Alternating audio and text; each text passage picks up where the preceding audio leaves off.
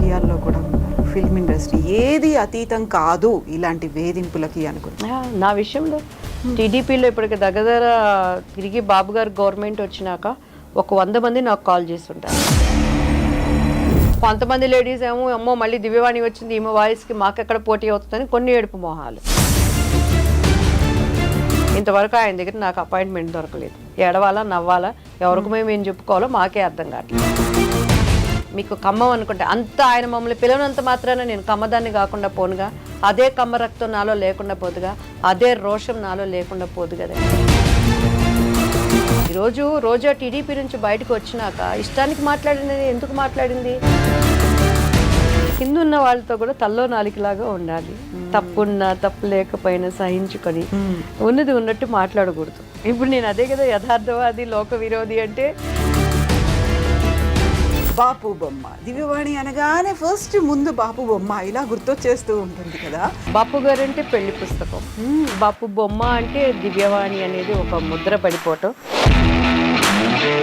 నేను actually mister పెళ్ళం నేను చేయాల్సింది. ఎందుకని రాజేంద్ర ప్రసాద్ గారు వద్దన్నారు?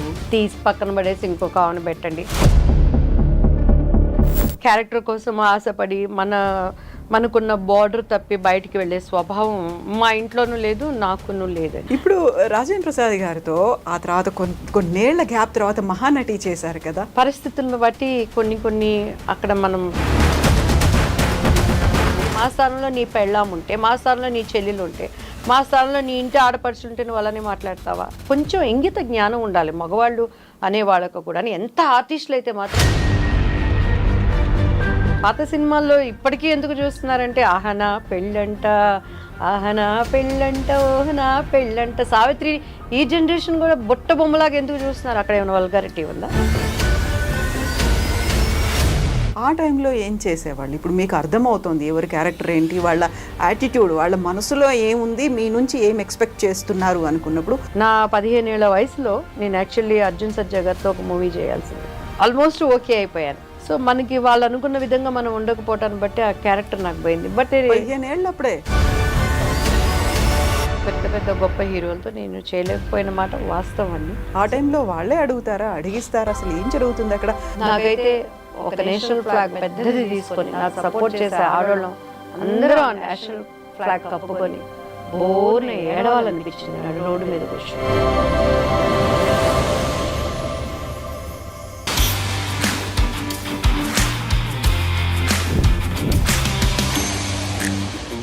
నమస్తే, welcome to I Dream celeb chat with కవిత.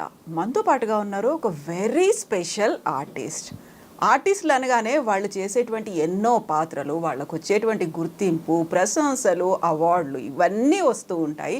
అయితే ప్రస్తుతం మనతో పాటు ఉన్నటువంటి ఆర్టిస్ట్కి బాపు బొమ్మ అనే ఒక పేరుంది. అర్థమైపోయింది కదా ఎవరున్నారో మనతో పాటుగా ఉన్నారు బాపు బొమ్మ దివ్యవాణి గారు. నమస్కారం, ఎలా ఉన్నారు? హలో అండి, హాయ్ కవిత గారు, నమస్తే. I'm good, I'm fine. And మన ఐ డ్రీమ్ ప్రేక్షకులందరికీ కూడా నా హృదయపూర్వక నమస్కారాలు.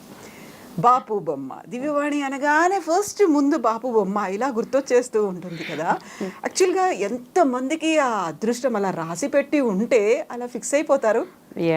లేకపోతే అసలు దొరకదు కదా అలాంటి ఆఫర్ అనేది, ఆ అవకాశం, అదృష్టం. బాపు బొమ్మ అనేది నాకు అది ఒక ఇంటి పేరుగా మారిపోయింది. First I thank to God. And అప్పట్లో మేము చేసిన ఎక్సర్సైజ్ కానీ, ఎందుకంటే చాలామంది నా బిఫోర్ జనరేషన్ బాపు గారితో వర్క్ చేశారు, నా తర్వాత జనరేషన్ చేశారు, నా జనరేషన్ చేశారు.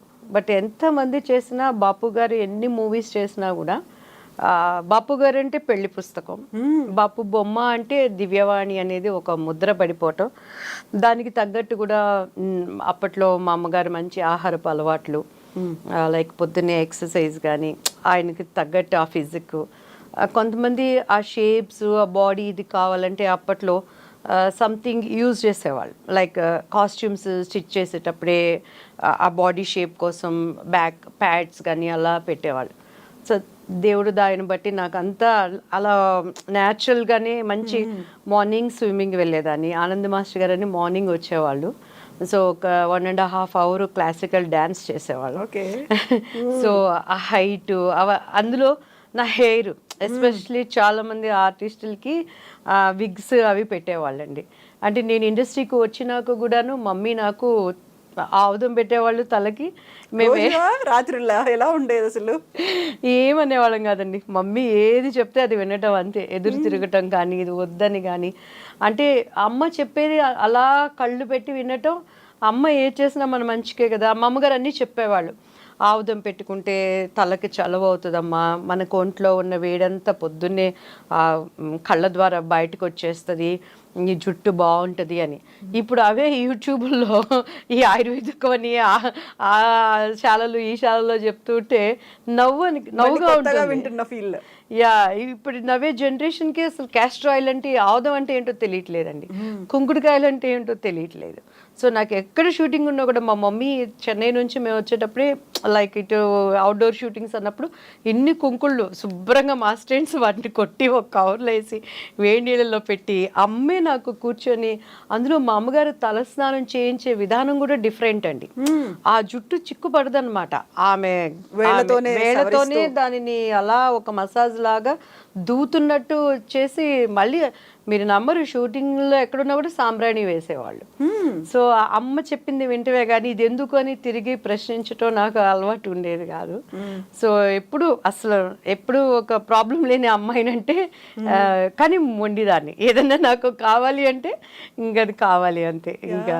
సో అట్లా అవన్నీ కూడా బాపు బొమ్మ అనటానికి కలిసి వచ్చినాయండి నాకు. నిజంగా బాపు బొమ్మ అనగానే వాళ్ళు ఎంత అందంగా ఉంటారు అంటే, అక్కడ చిలిపిదనం కనిపిస్తుంది, కొంటెదనం కనిపిస్తుంది, ఆ ఆత్మాభిమానం కనిపిస్తుంది, క్యూట్నెస్ అనేది ఉంటుంది. అమ్మాయిలో ఉండేటువంటి అన్ని లక్షణాలు ఉంటాయి, ఎక్కడ నేను తగ్గను. వినయము, విధేయత, అణుకువ, పొగరు, వగరు అన్ని అండ్ కళ్ళలోనే తెలిసిపోతూ ఉంటుంది ఎవరు ఏంటి అనేది అంతా కూడా. అట్ ద సేమ్ టైం అక్కడే వాళ్ళ మీద నిప్పులు కురిపించేయచ్చు, అక్కడే కన్నీళ్ళు వచ్చేస్తూ ఉంటాయి. యాక్చువల్గా తీసుకునేటువంటి కేర్ కూడా సపరేట్గా ఉంటుంది కదా మిగతా డైరెక్టర్స్కి, బాపు గారికి తీసుకునేది కదా. నిజంగా నాట్ బాపు గారు అని విడదీయలేము. ఇది తల మొండెము ఎలా అంటారో, బాపు రమణలు ఒకళ్ళ బాడీ అయితే ఒకళ్ళ హెడ్ అండి. సో వాళ్ళిద్దరిని విడదీయలేము. కానీ నిజంగా ఐ లవ్ దెమ్ అండి. ఎంత అంటే నాకు గుండెల నిండా ఎప్పుడు వాళ్ళంటే కృతజ్ఞత. బాపు గారిని చూస్తే నా నోరు మాట్లాడలేదు కానీ నా కళ్ళు మాట్లాడతాయి.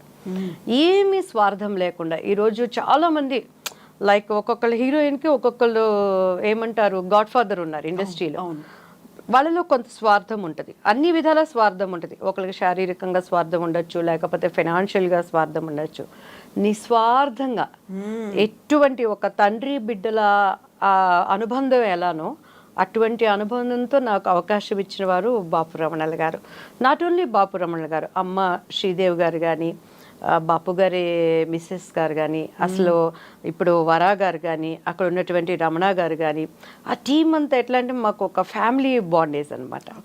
అసలు సమ్మర్ వచ్చినప్పుడు ఇంటికి వెళ్ళామంటే చక్కగా కూర్చొని వాళ్ళతో కష్టాలు సుఖాలు మాట్లాడుకొని. అండ్ అమ్మ ఇప్పుడు తెనాల నుంచి ఊరగాయ పచ్చళ్ళు అండి. బాపు గారి కంటే అమ్మ సపరేట్గా పెట్టేవాళ్ళు, వెల్లుల్లిపాయలు అవన్నీ వేయకుండా మంచి ఆవ నూనె అవన్నీ వేసి. సో మాకు ఏ కష్టం వచ్చినా కూడా నేను మ్యారేజ్ అయిపోయి నేను మైసూర్ వెళ్ళిపోయినాక కూడా ఫ్యామిలీలో చిన్న చిన్న ప్రాబ్లమ్స్ వస్తే నాకు ఎందుకో ఒక తండ్రిలాగా ఆయనతో చెప్పుకోవాలని నాకు తెలియకుండానే ఉత్తరాలు రాసేసేదాన్ని బాపు గారికి. అప్పుడు ఇలాంటి మొబైల్ ఫోన్స్ లేవు కదా. వెళ్ళినప్పుడు సార్కి మా బాబు వాళ్ళ బర్త్డే అట్లా కళ్ళ నిండా నీళ్ళు వచ్చేది. మెల్లగా అలా చేతిలో కవర్ పెట్టేసి నమస్తే పెట్టి వచ్చేసేదాన్ని. ఎక్కువ మాట్లాడేవాళ్ళం కాదు కానీ తెలియని ఒక హృదయానికి ఉన్న కనెక్టివ్ అంటారు కదండి, అది నాకు సార్తో రమణ గారితో. అండ్ నేను యాక్చువల్లీ మిస్టర్ పెళ్ళం నేను చేయాల్సింది. మినిమం మ్యాక్సిమం ఎక్స్ట్రీమ్ వాళ్ళు కృషి చేశారు. అనౌన్స్ కూడా చేసినట్టున్నారు కదా. అనౌన్స్ అందరూ అనుకున్నారు అప్పట్లో. ఓకే, ఈ తినే చేస్తుంది అన్నప్పుడు రాజేంద్ర ప్రసాద్ గారేమో దివ్యవాణి గారు వద్దు అని చెప్పని, నా తప్పు నా పాపం ఏమీ లేకుండా నేను సారీ చెప్తానండి కూడా అని నేను చెప్పిన తర్వాత మిస్టర్ పెళ్ళం చేసినాక వాళ్ళకి ట్రూత్ ఏంటని అర్థమైనాక పెళ్లి కొడుకు చేశారండి. కేవలం నా కోసమే చేశారు ఆ సినిమాలో. ఈ సినిమా అమ్మాయి మిస్ అయిపోయింది, అమ్మాయి బాధపడకూడదు అని చెప్పని చేశారు. నా బ్యాడ్ లక్ అది కొంచెం అనుకున్న విధంగా లాభాలు రాలేకపోయింది ఆ సినిమాలో. అప్పట్లో అది బంగారు పిచ్ కానీ చంద్రమోహన్ గారు విజయ నిర్మల గారు చేసిన మూవీ అనమాట. సో అట్లా ఇండస్ట్రీలో ప్రతి ఒక్కరికి ఒక గాడ్ ఫాదర్ ఉంటాడు. ఏ గాడ్ ఫాదర్ లేకుండా దేవాతి దేవుడే నాకు నాకు మార్గం చూపించేవాడిగా, లైక్ మా అమ్మగారు ఒక క్రమశిక్షణమైన మార్గంలో, అండ్ బాపు రమణ గారు ఇప్పటి వరకు ఏ హీరోయిన్ అయినా కూడా ఈ అమ్మాయి ఏ సినిమాలు అంటే ఎత్తుక్కొని పది చెప్పాలి. ఏ హీరో అయినా సరే ఏది అంటే వాళ్ళు ఎంత పెద్ద స్టార్లు అయినా చెప్పుకోవాలి. బట్ తెలుగు చరిత్ర అనేది ఉన్నంత వరకు పెళ్లి పుస్తకం అంటే దివ్యవాణి అంటే పెళ్లి పుస్తకం.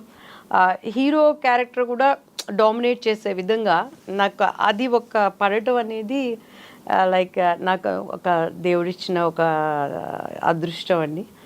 నేను ఎప్పుడు కూడాను అది బాపు రమణ గారికి నా జన్మాంతరం నేను రుణపడి ఉంటాను. అటువంటి గొప్ప వ్యక్తిత్వం కలిగినటువంటి వ్యక్తులు ఎంత చెప్పుకున్నా కూడా వాళ్ళ గురించి తక్కువేనండి. చాలా అరుదుగా కనిపిస్తారు. అసలు గర్వం అనేది ఉండదు, పొగడ్తలకి పడరు, నిస్వార్థమైన వాళ్ళు. అన్నీ ఉన్న విస్తరాకు అణిగి మణిగి ఎలా ఉంటుందనే దానికి వారు ఒక మాదిరికరం. లైక్ ఆ టీంలో మేము పనిచేసిన కెమెరామ్యాన్ రాజు గారు కానీ చాలా డిసిప్లైన్డ్ అనమాట. ఇప్పుడు మీరు ఒక మాట అన్నారు, ఎందుకని రాజేంద్ర ప్రసాద్ గారు వద్దన్నారు? ఆ రీజన్ ఏమై ఉంటుంది? ఆ తర్వాత తెలిసిందా అసలు ఏంటి అనేది? దివ్యవాణి గురించి చెప్పారా ఎవరైనా, లేకుంటే దివ్యవాణి ఇలాంటిది అని అన్నారా? అక్కడ అభిప్రాయ భేదాలు అనేవి కొన్నిసార్లు వస్తాయి. మీరు సారీ చెప్పానన్నప్పటికీ కూడా ఏం జరిగి ఉంటుంది అక్కడ? ఎందుకు వద్దన్నారా అంత తీవ్ర స్థాయిలో? కామన్ ఏముంటుందండి, అప్పుడు హీరోలు, మేము హీరోయిన్స్ అప్కమింగ్లో ఉన్నాము. ఇప్పుడు రాజేంద్ర ప్రసాద్ గారు చెప్తారు ఎప్పుడు, ఆయన డబ్బింగ్ ఆర్టిస్ట్ నుంచి వచ్చారు అని. రామరాజ్యంలో భీమరాజు అని ఒక సినిమాలో ఆయన ఒక చిన్న క్యారెక్టర్ చేశారు. క్యారెక్టర్ స్థాయి నుంచి ఈరోజు హీరోగా ఎదిగారు అని అంటే ఆయన ఎంత కష్టంలో నుంచి పైకి వచ్చిన వ్యక్తి. వాళ్ళు కూడా అర్థం చేసుకోవాలి, రియల్ టాలెంట్ని టాలెంట్గా తీసుకురావాలి. ఓకే, ఒక వ్యక్తిని చూసినప్పుడు మనసులో 1000 ఆశలు నీకు రావచ్చు. అవతల వ్యక్తులకి ఇష్టం అంటే మీరు ఎలా ఉన్నా కూడా నో ప్రాబ్లం. కానీ ఒక ఆర్టిస్ట్గా ఎదగనిచ్చినప్పుడు మేము కూడా ఎన్నో ఆశలతో మా తల్లిదండ్రులు కానీ ఒక మంచి నటిగా మనం గుర్తింపు తెచ్చుకోవాలని తీసుకొని వస్తారు. సో అట్లా నేను ఒక టైపులో ఉండే అమ్మాయిని నేను క్యారెక్టర్ కోసం ఆశపడి మనకున్న బార్డర్ తప్పి బయటికి వెళ్ళే స్వభావం మా ఇంట్లోనూ లేదు, నాకును లేదండి. సో అట్లా అందులో నేను ఇంట్లో లాస్ట్ అమ్మాయిని. మా అమ్మగారికి అక్కయ్యకి చాలా ప్రేమ, they are very strong pillars. మన వంశీ గారు యాక్చువల్లీ మా ఫ్యామిలీ ఫ్రెండ్స్ అనమాట. ప్రవీణ్ గారు వాళ్ళు, మేము ఒక మూవీ చేద్దామనే ఉద్దేశంతో మన పెద్ద వంశీ గారిని కలవటానికి వెళ్ళినప్పుడు ఆయన అదే చెప్పారు, అసలు ఈ అమ్మాయి ఎవరో మాకు తెలియదండి, ఈ అమ్మాయి ఏ రోజు ఒక సినిమా ఆఫీస్ గడప ఎక్కి దిగలేదు, వీళ్ళ అమ్మగారు తెలుసు, వీళ్ళ అక్కగారు తెలుసు కష్టపడిన వాళ్ళలో, కానీ ఈ అమ్మాయిని ఇప్పుడు అసలు బయటికి రాలేదు. సడన్గా బాపు గారు మూవీలో రావటం అని చెప్పని ఆ పెళ్లి పుస్తకంకున్నటువంటి స్క్రిప్ట్ బుక్ మొత్తం వంశీ గారి దగ్గర ఉందండి. ఆయన అది చూపించగల నాకు కళ్ళెమ్మట అలా నీళ్ళు వచ్చేసినాయి. సార్ ఇది ఎప్పటికైనా నాకు ఇవ్వరా ప్లీజ్ అని. ఎందుకంటే అది స్టార్టింగ్ నుంచి కూడా శుభం కార్డు వరకు సినిమా మొత్తం ఆ బుక్లో బాపు గారి ఆర్ట్తో ఏదైతే మేము వర్క్ చేసామో అదంతా బైండ్తో ఉందండి. బైండింగ్ బుక్ అనమాట, పెళ్లి పుస్తకం అని చెప్పిన. నాకు అసలు చూస్తే ఆహా ఇది నాకు దొరికింది, ఎప్పటికైనా సరే వంశీ గారిని బ్రతిమలాడి సార్ నా పుస్తకం నాకు ఇవ్వండి నేను అడుగుదాం, అంత అదృష్టమా నాకు అని చెప్పని అన్నానండి. అట్లా నన్ను ఇండస్ట్రీలో వచ్చిన కష్టం అంటే నాకు తెలియదు, నలుగురితో మాట్లాడటం అంటే నాకు తెలియదు. ఏ రోజు క్యారెక్టర్ల కోసం వెళ్ళి ఒకళ్ళ దగ్గర నేను మాట్లాడలేదు. రావటం పర్చూరి శారదాంటి గారి ద్వారా పర్చూరి గోపాలకృష్ణ గారు వాళ్ళ ఇంట్లో వాళ్ళ పిల్లలతో ఒక పిల్లల్లాగా ఉండేవాళ్ళు, కానీ ఆ క్యారెక్టర్ల కోసం ఇలా ఉండాలి అలా ఉండాలి అనే అనుభవం మనకి లేదండి. సో లక్కీగా మా ఇంటి పక్కనే ద్వారకి అంకుల్ ఉండేవాళ్ళు. నా 15 ఇయర్స్ అప్పుడు 10th ఎగ్జామ్ అయిపోయి వచ్చాను, 14 కంప్లీట్ అయ్యి 15 ఇయర్స్ నాకు. డాన్స్ రాజే డాన్స్ అని వాళ్ళు కన్నడ మూవీ చేస్తున్నారు, లీలావతి గారి అబ్బాయి అనమాట. ఈ అమ్మాయి ఎవరు బాగుంది బొద్దుగా పిల్ల అని అంటే నాకు అసలు కన్నడ రాదు, తమిళ్ రాదు, ఏమి రాదు. సో ద్వారకి అంకుల్ తీసుకెళ్ళి ఆయన అసలు నాకు దివ్య అని పేరు పెట్టింది ఆయనేనండి. అవును, ఉషారాణి ఉషావాణి నా మీ పేరు ఉషావాణి, ఫస్ట్ ఉషావాణి మార్చారు. అంటే అసలు పేరు అయితే నాగ ఉషావాణి, మా నానమ్మ గారి పేరు నాగా. అది నాగా మరి మొరటగా ఉందని కట్ చేసి ఉషావాణి అని. తర్వాత ఆయన దివ్య అని ద్వారకేష్ గారు పెట్టారు. సో మమ్మీకి వాణి అనే పేరంటే ఇష్టం. సో వాణి అంటే అమ్మ ఇంట్లో అందరూ వాణి తల్లి అంటారు. నా సన్నిహితులు నాకు ఆప్తులు అనే వాళ్ళందరూ వాణిని. సో బయట వాళ్ళు మాత్రం దివ్య గారు అని అంటారు. సో అమ్మకి వాణి అనే పేరు ఎక్కడ మరుగుపడిపోతుంది అని చెప్పని దివ్యవాణి అని పెట్టారు. డిఫరెంట్గా అది అలా కలిసి వచ్చింది వాక్ని. ఇది ఇప్పుడు అన్ని విధాలా ఉపయోగపడుతుంది ఆ పేరు వాణి అనేది. ఇప్పుడు రాజేంద్ర ప్రసాద్ గారితో ఆ తర్వాత కొన్నేళ్ల గ్యాప్ తర్వాత మహానటి చేశారు కదా, సో అవి ఏమన్నా మీరు రికలెక్ట్ చేసుకున్నారా ఎప్పుడన్నా ఆ కాలం సంఘటనలు అవన్నీ మాట్లాడుతున్నారా? లేదండి, ఇప్పుడు రాజేంద్ర ప్రసాద్ గారు చాలా ఆయన ఒక పెద్దరికంతో చాలా ప్రేమపూర్వకంగా లైక్ అవేమి ఆయన లేకుండా మంచి ఆర్టిస్ట్వి నేను ఎప్పుడు ఎంకరేజ్ చేస్తామమ్మా దివ్య అని. మాది అదేంటో మరి జాతకం ఏమో తెలియదు కానీ ఆయనతో 3 సినిమాలు హ్యాట్రిక్ అండి నాకు. ఎదిరింటి 3, పక్కింటి పెళ్ళాం, 2 పెళ్ళాల ముద్దుల పోలీసు అండ్ పెళ్లి పుస్తకం. ఆ తర్వాత మహానటి, దాంట్లో ఆయన నాకు బావగారిగా చేశారు. సో మంచి హిట్ కొట్టడం అంటే ఉంటాయి కదండి వాళ్ళ. ఇప్పుడు ఒక అమ్మాయి ఒకలాగా ఉందంటే ఇంకొక అమ్మాయి కూడా అలానే ఉండాలి అని అనుకుంటారు. ఏంటి ఆమెకన్నా ఈయన దగ్గర పెద్ద ఇదా, మా క్యారెక్టర్లో సత్తు ఉంది, క్యారెక్టర్ లేకుండా అనేక మంది అవకాశాల కోసం ఎగబడుతున్నారు చేస్తున్నారు, తీసి పక్కన పడేసి ఇంకొక ఆమెను పెట్టండి అని టైప్లో ఉంటారు జనరల్గా అప్పటి నుంచి ఇప్పటి వరకే కూడాను. సో టాలెంట్ అనే దాన్ని ఒక్క వరకే స్టాప్ చేయగలరండి, ఒక్క లెక్క వరకే స్టాప్ చేయగలరు. లైక్ మీకు నేను ఎందుకు చెప్తున్నానంటే ఆ మాట, మేము అప్పుడు తుఫాన్ ఒకటి వచ్చిందండి 92, 93 ఐ థింక్. వచ్చినప్పుడు దాసనారాయణరావు గారు, చిరంజీవి గారు, శ్రీదేవి అందరూ కలిసి ఫండ్స్ కలెక్ట్ చేయడానికి ఇక్కడ ఒకటి నాటకాలు అవి చేశారనమాట. దానికి టికెట్స్ పెట్టారు. దాంట్లో కోడి రామకృష్ణ గారి టీంలో నేను చేశానండి ఒక స్కిట్ మేము చేసాం. చిరంజీవి గారిది వేయలేదు, శ్రీదేవి గారిది. అప్పట్లో దూరదర్శన్ మాత్రమే ఉండేది, టీవీలు ఇవన్నీ కూడా అంత లేవు. సో దాంట్లో ఎస్పెషల్లీ న్యూస్లో 10 సార్లు నేను చేసిందే చూపించారనమాట. అంటే అది స్టేజ్ పర్ఫార్మెన్స్ అయినా అంత జీవం ఉట్టిపడేటట్టు చేసాం. అంటే వాళ్ళందరూ అప్పటికైనా నాతో జగదేకి వీరుడు, అతిలోక సుందరి, నాది పెళ్లి పుస్తకం అప్పుడే రిలీజ్ అయ్యి ఉంది. వాళ్ళందరివి చెప్పలేదన్నమాట. సో టాలెంట్ అనేది ఎక్కడుందంటే మీడియా కానీ ప్రజలు కానీ దానికి ఎప్పుడు కనెక్టివ్ అవుతారండి. అదే నన్ను బ్రతికించింది, అదే నన్ను నడిపించింది, అదే నన్ను నిలబెట్టింది, ఏ ఫీల్డ్ అయినా కూడా.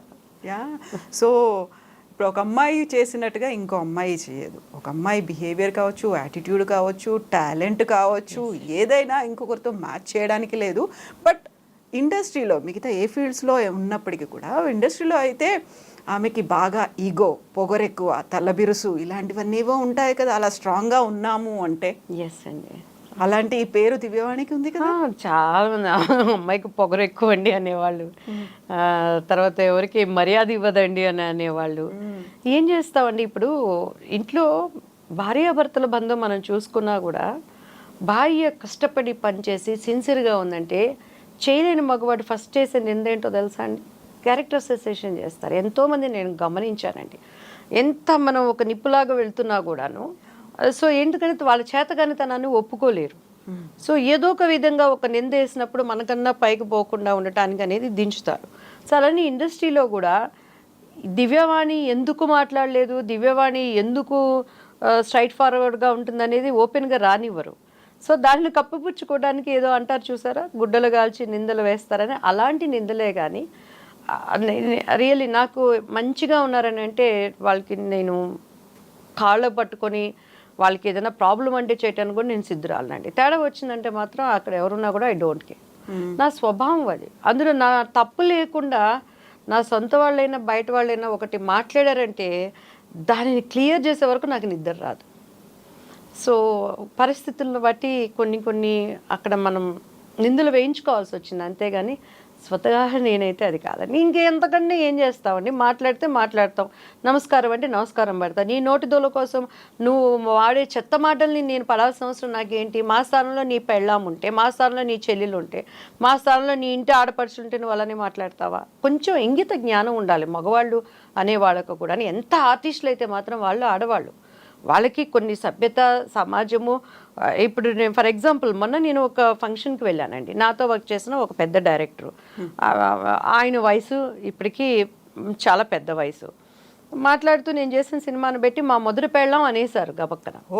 ఆయన ఏ దృష్టితో అన్నారో నాకు తెలియదు కానీ ఆయనవి నేను 4-5 సినిమాలు చూసాను. బట్ నాకు ఒక్క నిమిషం ఐ విల్ షాక్డ్ అనమాట. ఎందుకంటే ఇప్పుడు నేను డివోషనల్గా యాజ్ సర్వెంట్ ఆఫ్ గాడ్గా ఉన్నాను, పొలిటీషియన్గా ఉన్నాను, నా పెళ్ళికి వచ్చిన నా 2 పిల్లలు ఉన్నారు, అండ్ ఇప్పుడు మీడియా ప్రతిదీ అసలు ఏదొచ్చినా కూడా పెద్ద బ్లాస్ట్ చేసి అవును, blow out దానికి క్యాప్షన్స్ డిఫరెంట్గా ఉంటాయి. ఆ క్యాప్షన్స్ చూస్తేనే ఒక్కొక్కసారి మా స్థాయి ఆకాశంలో ఉన్నది నేలకు పడిపోయిందా అనేంత బాధ అనిపిస్తుంది. ఎందుకంటే అలా ఉంటేనే ప్రజలు చదవడానికి ఇష్టపడుతున్నారు. సో ఆయన వెళ్ళేసరికి ఒక నిమిషం నేను కన్ఫ్యూజ్ అయిపోయి నేను అలా చూశాను. నాకు మైక్ ఇచ్చి మళ్ళీ మాట్లాడే అవకాశం వచ్చినప్పుడు మరి తండ్రి సమానులు పూజ్యులు, సో ఆయన నాకు చాలా ఆయనతో నేను చాలా సినిమాలు చేశానండి.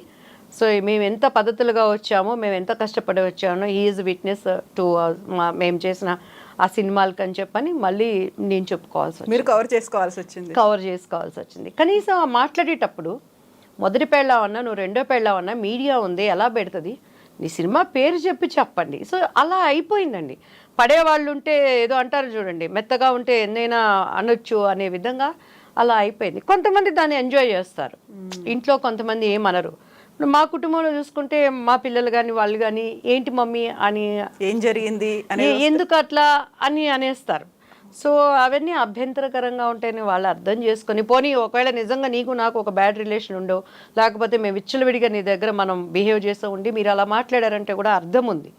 అసలు ఏముండదు. ఇంకొకటి, ఇప్పుడు పాలిటిక్స్లోకి వచ్చాక నేను బాగా అబ్జర్వ్ చేసిందండి, ఈ సెల్ ఫోన్స్ వచ్చినాక ఆడెవడో మనకి తెలియదు, ఆడు ముక్కు మొహం మనకు తెలియదు, ఎక్కడో ఒక ఫోటో దిగుతాడు, పక్కన వాళ్ళు చెప్తారు దివ్యవాణి గారు మాకు బాగా క్లోజ్ అండి అని. ఏ విధంగా క్లోజ్ నీకు, అసలు నువ్వు ఎవడో కూడా మనకు తెలియదు. పైగా మనతో మాట్లాడితే స్పీకర్ ఆన్ చేస్తారు. ఇట్స్ వెరీ బ్యాడ్ హ్యాబిట్ అనమాట. పక్కన వాళ్ళతో మనం ఏమనుకుంటాం అమాయకంగా, ఏదన్నా మ్యామ్ గా అక్కడ ఇది ఉందండి, ఇదండి ఈ మూవీ అండి, అదండి ఇదండి, మీరు ఎప్పుడో మాకు తెలుసండి, మనం మాట్లాడి పక్కన 100 మందికి వినిపించి చాటి చెప్పుకుంటారు. నిజంగా మా కుటుంబీకులు పెద్ద మనసుతో అర్థం చేసుకునే వాళ్ళు కాబట్టి ఇంతవరకు ఎక్కడ నాకైతే మా హస్బెండ్ నిజంగా ఎక్కడ నన్ను ఎప్పుడు ఒక టార్చర్గా కానీ ఒక డౌట్ఫుల్గా కానీ మాట్లాడటం ఎప్పుడూ లేదండి. He knows very well about me అనమాట. నేనేంటి మన ఎక్కడున్నా 1000 మంది మధ్య ఉన్నా కూడా షీఈ్ ఫైర్ అనేది హీ నోస్ వెల్ అనమాట. సో కాకపోతే మిగతా వాళ్ళకి ఇప్పుడు మనలాగా గట్టిగా మాట్లాడలేని వాళ్ళు ఉంటారు, వాళ్ళ పరిస్థితి ఏంటి, నవే జనరేషన్స్ పిల్లలు కూడా అమ్మో గట్టిగా మాట్లాడితే అవకాశాలు పోతాయేమో, అమ్మో ఇలా ఉంటే అలా ఉంటారేమో. నేనేమంటానంటే నీ క్యారెక్టర్ వరకు ఎంతైనా చేయించుకో, నీ క్యారెక్టర్ వరకు దానికి న్యాయం చేసే వరకు నీకు డ్రెస్సులు ఎట్లా ఉన్నా, నీ సాంగ్స్ ఎట్లా ఉన్నా, నీది మొన్న ఎవరు ఒక అమ్మాయి మన నార్త్ ఇండియన్ అండి, అది మంచి సినిమా గంగూబాయ్ ఆలియా భట్ ఎంత ఎటువంటి క్యారెక్టర్ చేసింది తను. అసలు ఆ సమాజంలో ఉన్న ప్రాబ్లమ్స్ని తీసి చెప్పింది. అలా అని బయటకు వచ్చినాక నువ్వు అమ్మాయిని అలా మాట్లాడితే ఎడంకాలు చెప్పు తీసుకుంటుంది కదా. సో ఆ క్యారెక్టర్ వరకు మీరు పిండండి, క్యారెక్టర్ వరకు చేయండి. ఒక ఫంక్షన్స్ ఉండేటప్పుడు ఆడది అది ఒక మొమైతా ఖాన్ లాంటి క్యారెక్టర్స్ వేసిన, జయమాలిని గారు లాంటి క్యారెక్టర్ వేసిన, శ్రీదేవి గారు లాంటి క్యారెక్టర్స్ చేసిన, సతీ సావిత్రి క్యారెక్టర్స్ చేసిన ఆడది ఒక పద్ధతిగా మాట్లాడతాం, వల్గర్ అనేది లేకుండా ఉన్నప్పుడు పద్ధతిగా ఉంటుంది అనేది నా అభిప్రాయం అండి. సో ఎవరు డబుల్ మీన్స్ జోక్స్ వేసిన ఆడవాళ్ళు ఉన్నప్పుడు మనసులో ఒకటి బయటకు ఒకటి మాట్లాడినా అది పక్కన వాళ్ళు అన్నా కూడా నేను ఇమ్మీడియట్గా నేను ఖండిస్తాను.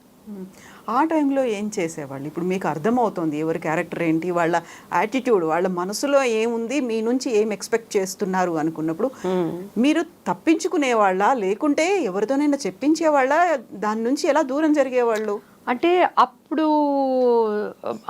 జనరేషన్ డిఫరెంట్ అమ్మా కవిత గారు. మేము వర్క్ చేసినప్పుడు ఏంటంటే మా మమ్మీ, నేను, నా మేకప్ మ్యాన్, హెయిర్ డ్రెస్సర్, మా అసిస్టెంట్, సో మేము మా కాస్ట్యూమ్స్ ఒక 5 మంది మేము టీం ఉండేవాళ్ళం. సో దే ఆర్ ప్రొటెక్టింగ్ మీ. ఎప్పుడు మిగతా ఆర్టిస్టుల సంగతి నాకు తెలియదు కానీ అస్సలు మా అమ్మగారు నన్ను గొడుగు కింద నేనన్నమాట, ఒక ప్రొటెక్షన్ అంతే. కెమెరా అక్కడ ఉంటుంది, దీని వెనకాల మా మమ్మీ ఉంటుంది, ఎదురుగుండి నేను ఒక్కటి డైలాగ్ చెప్పిన డైరెక్టర్ కూడా చూడండి, నేను షార్ట్ నేను కరెక్ట్ చేయగలను, మా అమ్మగారు ఇట్లా అన్నారంటే ఐ ఫీల్ హ్యాపీ. సో అట్లా డ్రెస్ చేంజ్ అన్నా కూడాను, హెయిర్ స్టైల్ అన్నా కూడా 24 hours she with me, she in me. So దానిని బట్టి నాకు అంత అవకాశం రాలేదు. సెట్లో మేము ఉన్నప్పుడు వర్క్ చేసేటప్పుడు డెఫినెట్గా నోటిదోలో ఉంటుంది కదండి, ప్రతి ఒక్కరికి నోటిదోలే. కొంతమంది ఆడవాళ్ళు దాన్ని ఎంజాయ్ చేసేవాళ్ళు. సో నాకు అర్థమైనా కూడా అర్థమైనట్టు ఉండేదాన్ని, నేను అర్థమైనా కూడా నేను అర్థం అవునట్టుగా ఉండేవాళ్ళం. చాలామంది కామెడియన్స్ అంతా విచిత్రాలుగా మాట్లాడకుండా సైలెంట్గా ఉండేదాన్ని. అండి అని నా వర్క్ నేను, బట్ సింగిల్ టేక్ ఆర్టిస్ట్. అది నువ్వు డ్యాన్స్ తీసుకో, పెద్ద హెవీ సీన్స్ తీసుకో, ఏమన్నా చేసుకో, అదర్ లాంగ్వేజ్ కాన్సన్ట్రేషన్ అంతా వర్క్ మీదే ఉండేది. సో కాసేపు ఉన్నప్పుడు నవ్వుతూ ఉండేదాన్ని, దాని మీద మైండ్ అంతా ఉండేది. షార్ట్ అయిపోయిందంటే వచ్చి అమ్మ పక్కన కూర్చునేవాళ్ళం. సో అంతవరకే నాకు తెలుసు. సో సర్టన్ కొంత చిన్న ఏజ్లోనే 21 ఇయర్స్కి మ్యారేజ్, అదే కుటుంబ జీవితం అయిపోయింది. ఇప్పుడు అప్పుడు నాకు అసలు బయట మనుషులు ఏంటి, వాళ్ళ స్వభావాలు ఏంటి, ఎలా ఉంటారనేది అర్థమయ్యేది కాదు. అటువంటి పరిస్థితులు కూడా నాకు రాలేదు. సో ఇప్పుడు పెళ్ళైపోయి ఒక ఏజ్ వచ్చినాక బయటకు వచ్చినప్పుడు ఇప్పటికి కూడా నాకు తెలియదు వీళ్ళ మనసులో ఏముంది. కొంతమంది అయితే ఇమీడియట్గా పట్టేస్తారు, మాట్లాడే దీన్ని బట్టి వీళ్ళు సెల్ఫిష్ అనో లేకపోతే వీళ్ళు ఇదనో.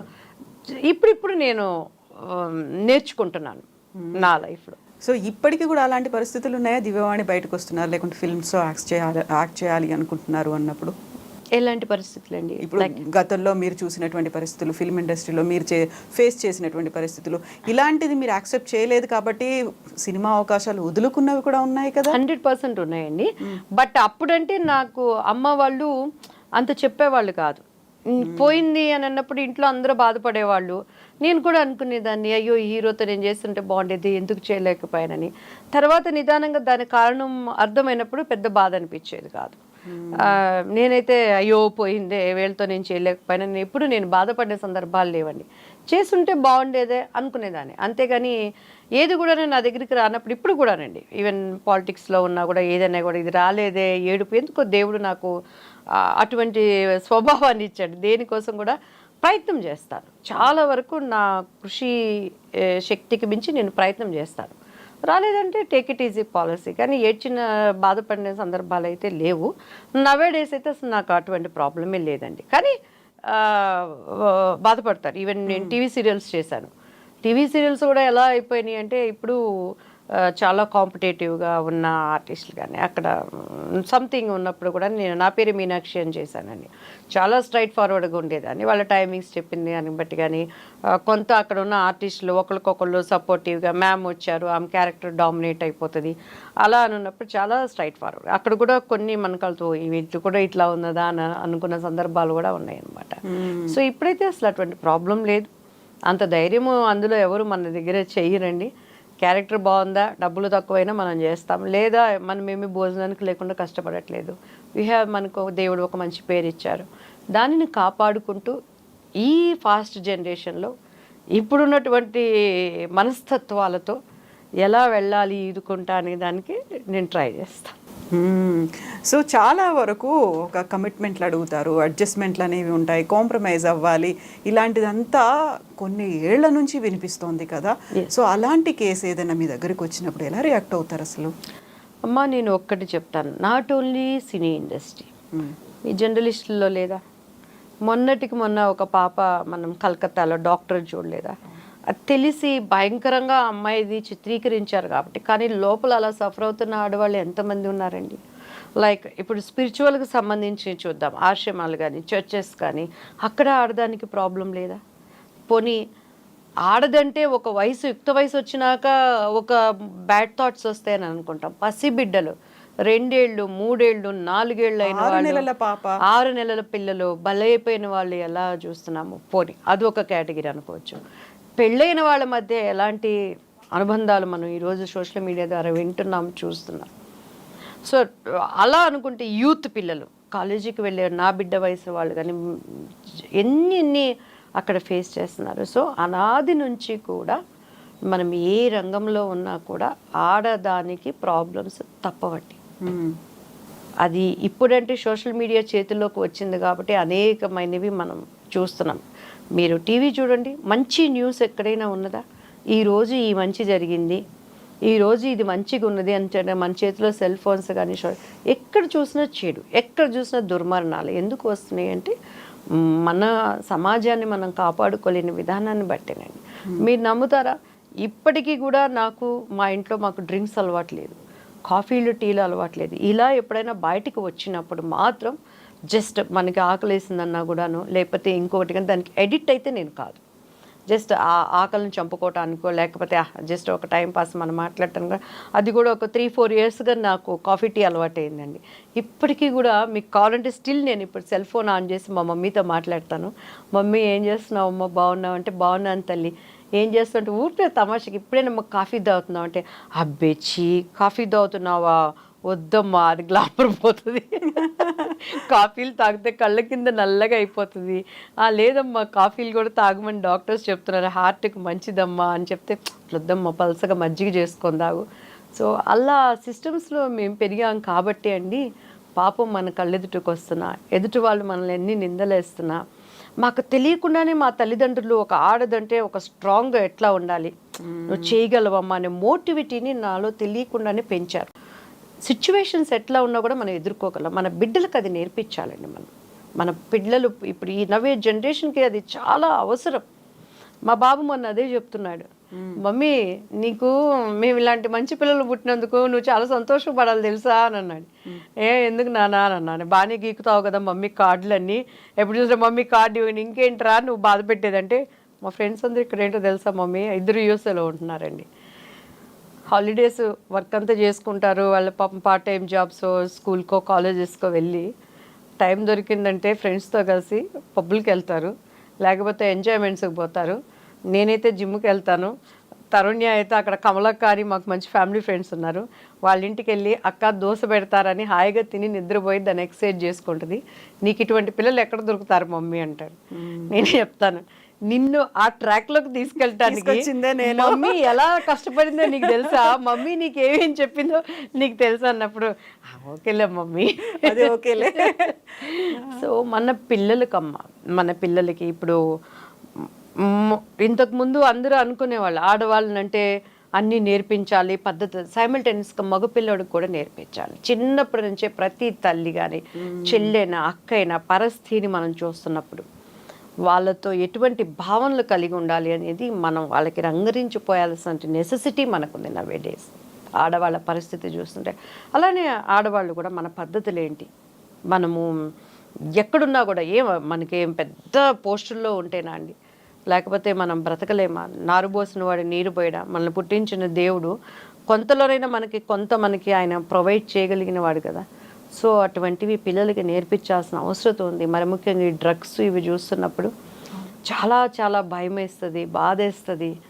అండ్ మనం ఎంత సంపాదించుకుంటే ఏముందమ్మా, ఇప్పుడు పెద్ద పెద్ద కుటుంబాలలో రాజకీయ నాయకులు కానీ, ఇటు సినీ రంగం కానీ, వ్యాపారస్తులు కానీ వాళ్ళ బిడ్డలు డ్రగ్స్కి అలవాటైపోయి బయటికి చెప్పుకోలేక పరువు మర్యాదలకు మళ్ళీ కవర్ చేసుకుంటూ వాళ్ళకున్న అధికారాన్ని బట్టి డబ్బులను బట్టి చూస్తుంటే దేవుడికి దండం పెట్టి ఇంకేం అడగక్కర్లేదయ్యా, మేము ఈ భూమి మీద ఉన్నంతకాలం మాకు నా పిల్లలు ఇలా వెళ్ళటానికి సహాయం చేయని కోరుకోవటం తప్పించి ఇంకేం అడగక్కర్లేదు.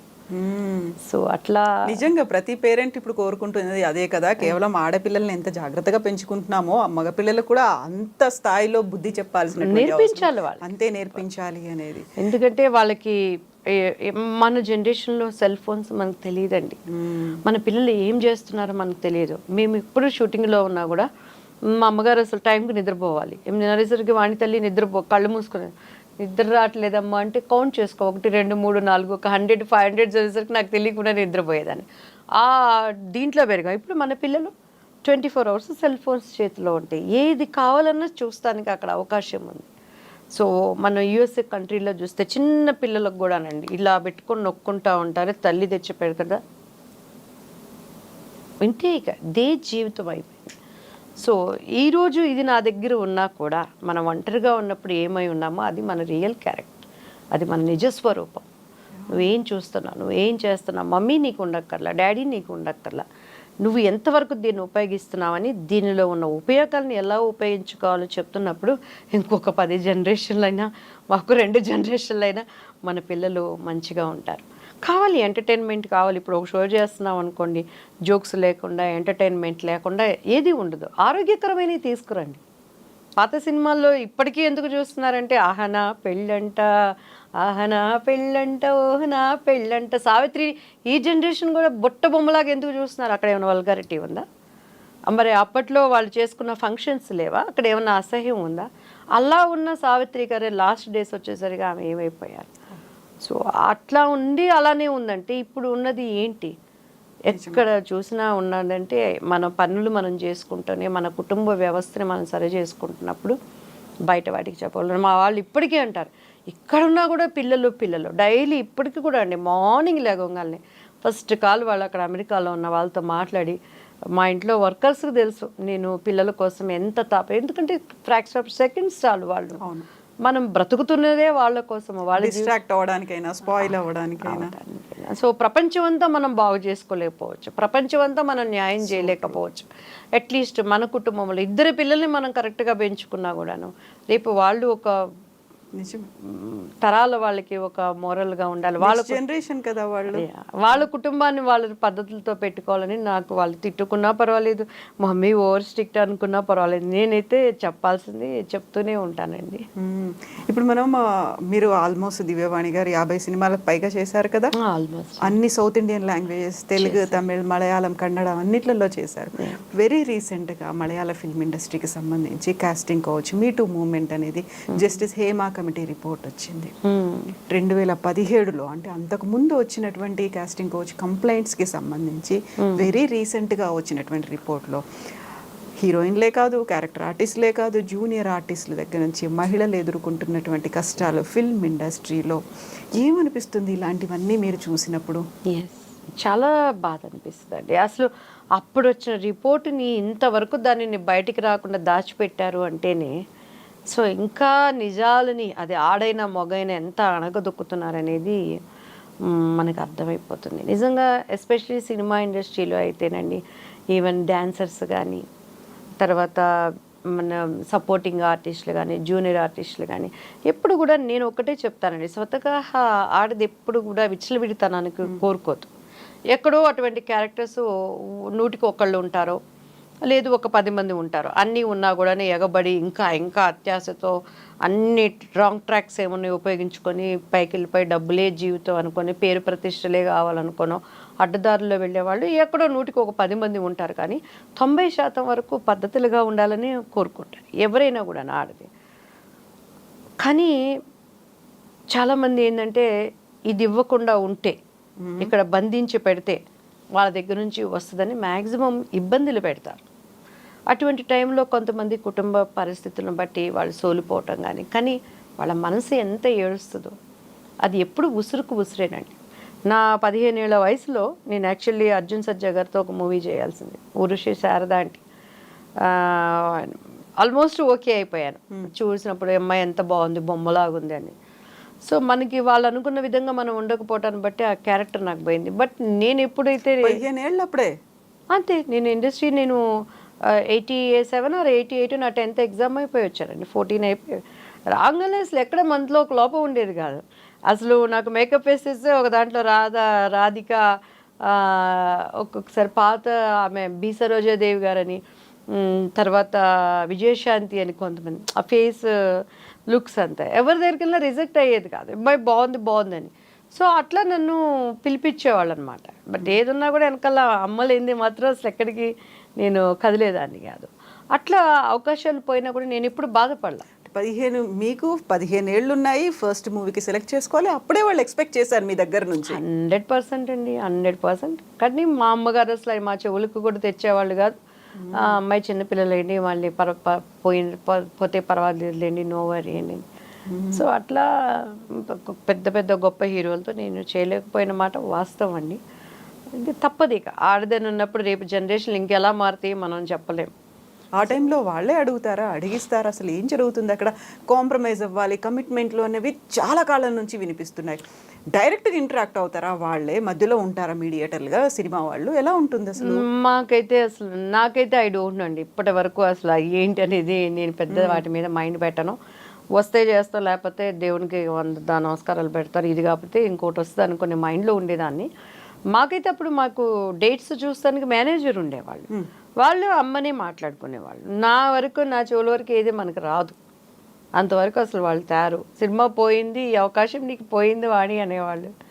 ఆ తర్వాత నాకు ఒక 18-19 ఇయర్స్ వచ్చినాక నాకు అర్థమైంది ఎందుకు పోతున్నాయి క్యారెక్టర్స్ అని. సో నేనేం పెద్ద దానిని మైండ్ చేసుకోలేదండి.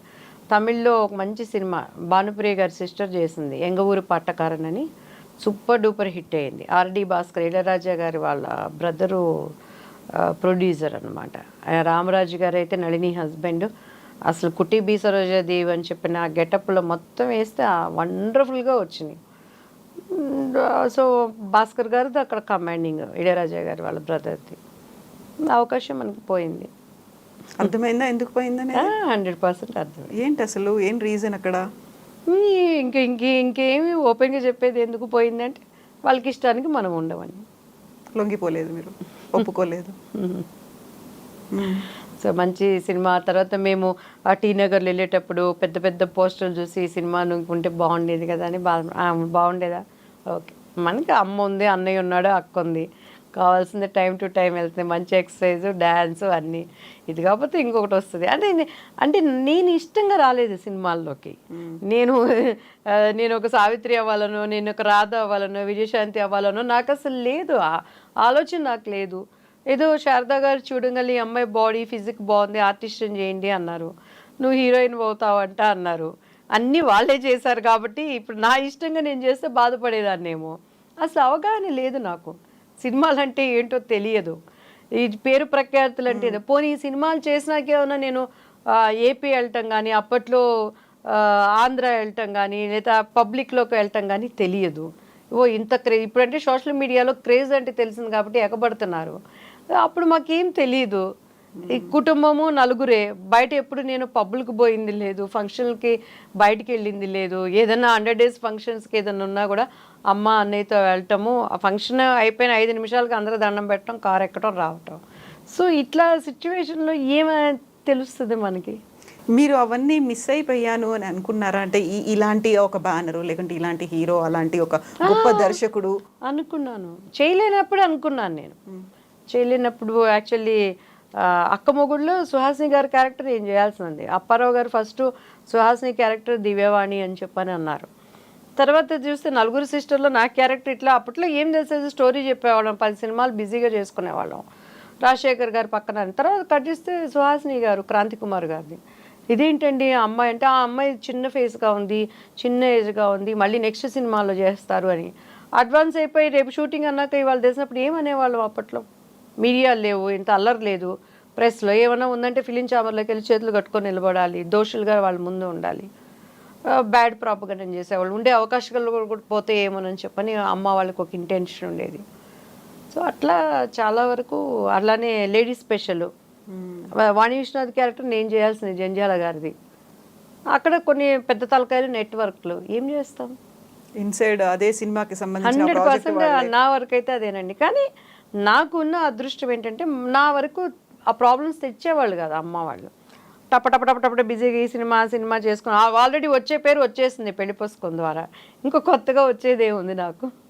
ఇవన్నీ ఇలా అనుకున్నప్పుడు మీకు రావాల్సిన సినిమాను, మీరు హీరోయిన్గా చేయాల్సినటువంటి ఆ ప్రాజెక్టు మిస్ అయిపోయింది, ఇంకా వేరే వాళ్ళు చేశారనుకున్నప్పుడు, ఆ తర్వాత ఫిల్మ్ రిలీజ్ అయిపోయిన తర్వాత పేరు, విపరీతమైన పేరు, ఫేమ్ అనేది ఇవన్నీ వచ్చిన తర్వాత ఎప్పుడైనా వాళ్ళని కలిసినప్పుడు అలా మాట్లాడుకోవడంలో ఎప్పుడైనా తెలిసిందా? అంటే దివ్యవాణి చేయాల్సిన క్యారెక్టర్ మీరు చేశారు అనేది ఇంటరాక్షన్లో వచ్చిందా? మీతో ఎవరైనా చెప్పారు? ఆమెని నేను ఇది మన చాలా గేమ్ షోస్లో చేసాము. ఒకసారి మేమిద్దరం ఫ్లైట్లో చాలాసేపు మాట్లాడుకున్నాం. అప్పుడు మిస్టర్ పెళ్ళాం మీరు చేయాల్సింది నేను చేశానని వచ్చినప్పుడు బాపు గారు పెళ్లి పుస్తకం సినిమా అమ్మాయికి అప్పట్లో DVDలో డెక్కులు ఉన్నాయి, 100 సార్లు చూపించారట, ఇలానే కావాలని. తర్వాత నేను రాధాగోపాలం చేశాను. రాధాగోపాలం స్నేహగా చెప్పింది, ஐயோ பாப்பு சார் அந்த படம் போட்டுட்டு காட்டிட்டே இருந்தாங்க, இப்படிதான் வேணும் இப்படிதான் வேணும் అని. కన్ను ఎல்லாம் ఎవ్వడో అழగా இருக்குங்கிறது అని చెప్పని స్నేహ మాట్లాడింది. సో అట్లా పోయింది అన్నప్పుడు నాకైతే నేను పెద్దగా ఎప్పుడు బాధ అనిపించలేదండి నాకు. ఎందుకంటే నా తప్పు ఉండో, నా కారణం ఉండో నేను మిస్ అయితే నేను బాధపడాల్సి ఉండేదేమో. అది లేనప్పుడు ఎందుకో నాకు ఎప్పుడు బాధలే. ఆమె ఈవీవి సత్యనారాయణ గారు, తెనాలి ఆయన మన పద్మక గారి వాళ్ళ నాన్నగారు ప్రొడ్యూసర్ దానికి, సుభాష్ గారు అడ్వాన్స్ కూడా ఇచ్చారు మాకు. ఆ సినిమా తర్వాత ఊహా గారు చేశారు. చూసాను సినిమా, మంచి క్యారెక్టర్, మనం కూడా చేస్తే బాగుండేదేమో, నా జీవితానికి ఇంకొంచెం ఒక మెట్టు, మంచి సినిమాలు రేపు మనం చేసామన్నప్పుడు ఇంకొక మైలురాయిగా ఉండేదేమో కదా అనిపించేదే. కానీ బాధ అయితే పెద్ద నేను ఎప్పుడు బాధపడలేదండి. మరి నేను చెప్పాను కదా ఫస్ట్ నా స్వభావం అది. ఇప్పుడు ఈ మలయాళ ఫిల్మ్ ఇండస్ట్రీకి సంబంధించి ఇంత వచ్చిన తర్వాత మెల్లిగా బెంగాల్ నుంచి ఒకరు, అక్కడ నుంచి ఒకరు, ఇక్కడ నుంచి ఒకరు మాట్లాడుతున్నారు. ఇప్పుడు అక్కడ ఉన్నటువంటి మాలాగా అక్కడ అమ్మ అసోసియేషన్ మెంబర్స్ అందరూ ఇంక్లూడింగ్ ప్రెసిడెంట్ మోహన్ లాల్ దాన్ని రిజైన్ చేశారు. ఒక ప్రొటెస్ట్ లాగా రిజైన్ చేశారు తప్ప నిజంగా ఒక సమస్య ఉంది, సంఘీభావం ప్రకటిద్దాం, ఎవరైతే బాధితులు ఉన్నారో, ఎవరైతే కంప్లైంట్లు చేశారో వాళ్ళకి సంఘీభావంగా ఎందుకు రాలేకపోతున్నారు అక్కడ ఉన్నటువంటి హీరోలు కావచ్చు, ఆ స్టార్డమ్ సూపర్ స్టార్ ఉన్న వాళ్ళు? రాలేకపోతున్నారు అని అంటే అది మన అదృష్టం అనుకోవాలి, ఎందుకు? మన దౌర్భాగ్యం అనుకోవాలి, ఆడదానికి ఉన్న అదృష్టం అనుకోవాలి. అసలు మగవాడే మోరల్ వాల్యూస్ ఆడదానికి ఇవ్వాలి అనే మనస్తత్వం కలిగి ఉంటే కథ ఇంత దూరం రాదు కదండి. మనం బ్రతిమలాడే ఎక్కడ చేయించుకుంటే వాళ్ళ బాధ్యత అనుకోవాలి. నిజంగా మనసులో పెయిన్ ఉన్నప్పుడు, ఈరోజు కలకత్తాలో ఒక డాక్టర్కి సంఘటన జరిగిందంటే అది ఘోరాతి ఘోరం, బాధాకరం. ఆ అమ్మాయి పడిన ఆ నరకము, ఆ తల్లిదండ్రులకి ఎంత వేదనో, మనం తల్లిదండ్రులు కాకపోయినా తోబుట్టులు కాకపోయినా మనకి అంత వేదన. కాసేపు 2 రోజులు 3 రోజులు ఆ న్యూస్లో చూపించే దానిని బట్టి అట్రాక్ట్ అవుతున్నాం, చూస్తున్నాం, మర్చిపోతున్నాం. 24 గంటల్లో అటువంటి అభాగ్యులు ఎంతోమంది నలుగుతున్నారు. నాట్ ఓన్లీ ఇండస్ట్రీ, వాళ్ళకి రాలేదు అంటే మనం తలుపులు కొట్టి వెళ్ళి బాబు రండి మాకు సంఘీభావం తెలపండి అని అనలేం కదండి. వాళ్ళుగా ముందుకు వచ్చినప్పుడు వాళ్ళ మర్యాదను నిలబెట్టుకున్న వాళ్ళు అవుతారు, ఆడదానిని గౌరవించిన వాళ్ళు అవుతారు. ఒక మోరల్ సపోర్టు ఇంకా మనకు దొరికి అటువంటి ప్రాబ్లమ్స్ ముందు రాకుండా ఉండటానికి చూసుకున్న వాళ్ళు అవుతాం. ఇక అది వాళ్ళ సంస్కారానికి, వాళ్ళ విజ్ఞతకి మనం వదిలిపెట్టడమే. కానీ చేసే పోరాటం చేస్తూనే ఉండాలి. ఎవరు ఉన్నా చేయాలి, ఎవరు లేకపోయినా చేసినప్పుడే దాని సక్సెస్ని మనం తీసుకురావాలి. భయపడాలండి. ఆడదాన్ని పెళ్ళామైనా సరే తప్పు లేకుండా నువ్వు ఒక మాట మాట్లాడాలంటే మగవాడు భయపడాలి. అటువంటి చట్టాలు రావాలి, అటువంటి ఇమీడియట్ యాక్షన్స్ రావాలి. దుబాయ్లో ఈరోజు ఎందుకంటే ఆడదాన్ని ఒక మాట అనాలంటే భయపడతారు. సిన్సియర్గా ఉండే ఆడవాళ్ళని, 2వ కేటగిరీ ఆడవాళ్ళు కూడా మనం చూస్తున్నాం. ఎక్కడో వాళ్ళు చెప్తున్నాను కదా, 100కి ఒక 10 మంది అటువంటి వాళ్ళు ఉంటారు. సో ఇట్లాంటివి జరుగుతున్నప్పుడు రావాలి, డెఫినెట్గా మార్పు అనేది రావాలి. ప్రయత్నం చేస్తూనే ఉండాలి. ఈ చరిత్ర ఉన్నంతకాలం, ప్రపంచం ఉన్నంతకాలం పోరాటాలని జరుగుతూనే కామన్ అయిపోయింది అంతే. దానిని మనం పెద్దది చేసుకొని ఉంటే బ్రతకలేము, చిన్నది చేసుకొని డోంట్ కేర్ అంటే నష్టపోతూ ఉంటాము. ఈరోజు సిటీ బస్సులో ప్రయాణం చేసే ఆడవాళ్ళకి సెక్యూరిటీ ఉందా అండి? సో దానికి ఏంటి, కొన్ని సిస్టమ్స్ తీసుకురావాలి. ఎంతసేపటికి గవర్నమెంట్స్ మారిన తినేవాడు తింటున్నాడు, పౌరుల కోసం వెళ్ళేవాడు వెళ్తున్నాడు, కేరా ప్లాట్ఫామ్గా వచ్చిన వాళ్ళు డబ్బులు సంపాదించుకుంటున్నారు, ఉద్యమాలు అంటున్నారు. కానీ నిజమైన మార్పు ఎక్కడొస్తుంది? నిజంగా మొన్న ఆగస్టు ఇండిపెండెన్స్ డే ప్రతి ఒక్క రాజకీయ నాయకులు ఫ్లాగ్ హోస్ట్ చేసుకున్నారండి. ఏ పార్టీలైనా కూడాను స్కూల్స్లో చేశారు, పోలీస్ డిపార్ట్మెంట్ చేశారు. అసలు నన్ను అడిగితే పబ్లిక్లోకి వచ్చింది అప్పుడే జరిగింది కలకత్తాలో సంఘటన. ఆ డాక్టర్ గురించి, ఆమె ఒక అప్కమింగ్ డాక్టర్గా ప్రాక్టీస్ చేస్తున్న ఒక డాక్టర్గా నేషనల్ ఫ్లాగ్ ఎగరేసుకోవాలని ఎలా మనసు అనిపించిందండి నాకైతే. ఒక నేషనల్ ఫ్లాగ్ పెద్దది తీసుకొని నాకు సపోర్ట్ చేసే ఆడవాళ్ళం అందరూ ఆ నేషనల్ ఫ్లాగ్ కప్పుకొని బోర్న ఏడవాలనిపించింది నడు రోడ్డు మీద కూర్చొని. డిప్యూటీ సీఎంల దగ్గర నుంచి ఫ్లాగ్ ఘోషిస్తే, ఏ భాష అయినా నువ్వు కావచ్చు, ఏ రాష్ట్రమైనా నువ్వు కావచ్చు, ఎలా సెలబ్రేట్ చేసుకుంటున్నావు? ఒక్క కాకికి దెబ్బ తగిలిందంటేనే కాకులన్నీ వచ్చి కావు కావు కావు అని ఆ కాకి కాపాడుకుంటున్నాయి. ఒక కుక్కకి రోడ్డు మీద దెబ్బ తగిలిందంటే నోరు లేని జీవాలు, మోరల్ వాల్యూస్ లేనటువంటివి, చట్టాలు లేనటువంటివి, చీపో అని మనం విధులిచ్చడం కూడా వచ్చి అన్నది నేను కుక్కలన్నీ చేరి ఆ కుక్కను కాపాడుకుంటున్నాయి అంటే, ఒక రాష్ట్రంలో ఒక బిడ్డకు జరిగిందంటే, ఈరోజు మణిపూర్లో ఆడవాళ్ళకు జరిగినటువంటి దుస్సంఘటనలు ఎందుకు గవర్నమెంట్స్ బయటికి తీసుకురావట్లేదు? వైనాడులో పడిపోయింది కదా ప్రకృతి, మొత్తం క్షణాల నాశనం అయిపోయింది కదా, ఊర్లు కొట్టుకుపోయినాయి కదా, కనుమరుగయ్యాయి. ఏంటి మనిషి బ్రతుకేంటి, మనిషి ఎంతవరకు అనేటువంటి జ్ఞానాన్ని నశింపజేసేటువంటి సంఘటనలు జరుగుతున్నప్పుడు కనీసం ఒక 10 మంది ఆడవాళ్ళని, ఇప్పుడు మా లాంటి వాళ్ళు బయటికి రావాలంటే ఒక సపోర్ట్ లేకుండా రాలేకపోతున్నాం. కానీ మనసు ఏడుస్తూ ఉంటుంది. అన్నీ ఉన్నవాళ్ళు, ఒక సీఎం కూతుళ్ళు ఉన్నారు, పిఎం కూతుళ్ళు ఉన్నారు, చక్కగా వాళ్ళతో వచ్చి సెల్యూట్ చేసి నేషనల్ ఫ్లాగ్ ఎగరేస్తున్నారు. కానీ నీకు మనసులో కొద్దిగా కూడా బాధ లేదా? అరే పక్క రాష్ట్రంలో ఏ తల్లి కన్న బిడ్డో అంత ఘోరాతి ఘోరంగా ఒక 10 ముఖ్యమంత్రులు ఒక్కటైనప్పుడు ఆ స్టేట్లో జరిగింది న్యాయం బయటికి రాదా? ఒక మామూలు ఒక బ్యాడ్ నేమ్ ఉన్నటువంటి డిపార్ట్మెంట్లో ఉన్నటువంటి ఒక వ్యక్తి కథలుగా చెప్తున్నారు. అమ్మాయికి కొన్ని నిజాలు తెలిసినాయని, డ్రగ్స్ జరుగుతుందని, బాడీ పార్ట్స్ అక్కడ పోతున్నాయని. ఏం జరిగిందో ఇంతవరకు తీసుకురాలేకపోయే దుస్థితిలో మన భారతదేశం ఉన్నది అంటే ఎట్టుపోవాలి, ఏం చేయాలి మనం? Exactly, so true. ఇప్పుడు ఫిల్మ్ ఇండస్ట్రీకి సంబంధించి చూస్తే కాస్టింగ్ కావచ్చు, మీ టూ మూమెంట్ అనుకున్నప్పుడు ఓన్లీ మా ఫిల్మ్ ఇండస్ట్రీ మీద ఎందుకు పడుతున్నారు, మీడియా ఎందుకు ఇంత హైలైట్ చేస్తోంది, వేరే డిపార్ట్మెంట్లో లేవా, లేకుంటే ఆ ఫీల్డ్లో లేదా, ఈ ఇండస్ట్రీలో లేదా, ఇవన్నీ మాట్లాడుతున్నారు కదా. ప్రతి చోట ఉన్నాయి, ఇక్కడ ఉన్నాయి, యాక్సెప్ట్ చేయండి. ఒక జర్నలిస్ట్కి సేఫ్టీ ఉందా ఆడదంటే? స్కూల్కి వెళ్ళే పిల్లకి సేఫ్టీ ఉందా? సినిమా ఇండస్ట్రీ, నేను ఫస్ట్ నుంచి అదే చెప్తానండి, దీనిని మాత్రం ఎందుకు భూతద్దంలో పెడతారు? సినిమా వాళ్ళంటే చెడిపోయిన వాళ్ళు, సినిమా వాళ్ళంటే పాడైపోయిన వాళ్ళు, సినిమా అంటే ఎందుకు పనికిరాని వాళ్ళు, సినిమా అంటే బరితెగించేవాళ్ళు. నీకు మొగుడు 33 సంపాదించి కుటుంబంలో పెడుతున్నా, మొగుడు బయటికి వెళ్ళగానే బ్యాడ్ వేలో ఉన్న ఆడవాళ్ళు లేరా అండి? పైరుకు ప్రతివతల్లాగా ప్రవర్తిస్తూ బయటికి వెళ్ళే కేటగిరీ ఆడవాళ్ళు లేరా అండి? ఇంకా సినిమా వాళ్ళు నీతి నియమాలతో ఉంటారు, సినిమా వాళ్ళు నీతి నియమాలతో ఉంటారు. ఇండస్ట్రీ ఉందనో మన పేరు 10 మందికి తెలిసిందనో, అఫ్కోర్స్ ఒక్కొక్కసారి నలిగిన పరిస్థితుల్లో ఉన్నప్పుడు వాళ్ళు తెలియకుండానే ఒక ప్రేమ అభిమానానికి ఎక్కడో ఒకళ్ళు బానిసలు అవుతారు.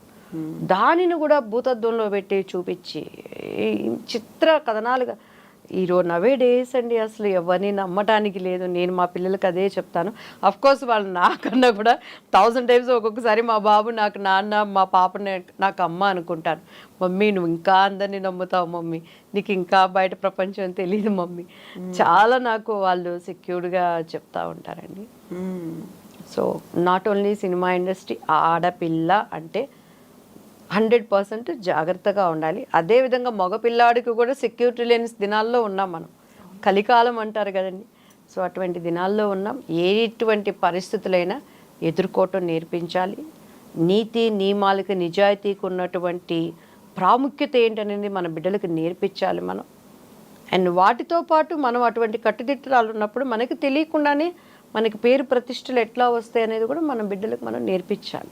ఇప్పుడు మీరు రాజకీయాల్లో కూడా ఉన్నారు, ఫిల్మ్ ఇండస్ట్రీ ఏది అతీతం కాదు ఇలాంటి వేధింపులకి అనుకున్నప్పుడు రాజకీయాల్లో కూడా చూసారా? ఆ రాజకీయాల్లో కూడా ఇలాంటి సంఘటనలు కనిపిస్తూ ఉంటాయా? నా విషయంలో టీడీపీలో ఇప్పటికి దగ్గర తిరిగి బాబు గారు గవర్నమెంట్ వచ్చినాక ఒక 100 మంది నాకు కాల్ చేస్తుంటారండి.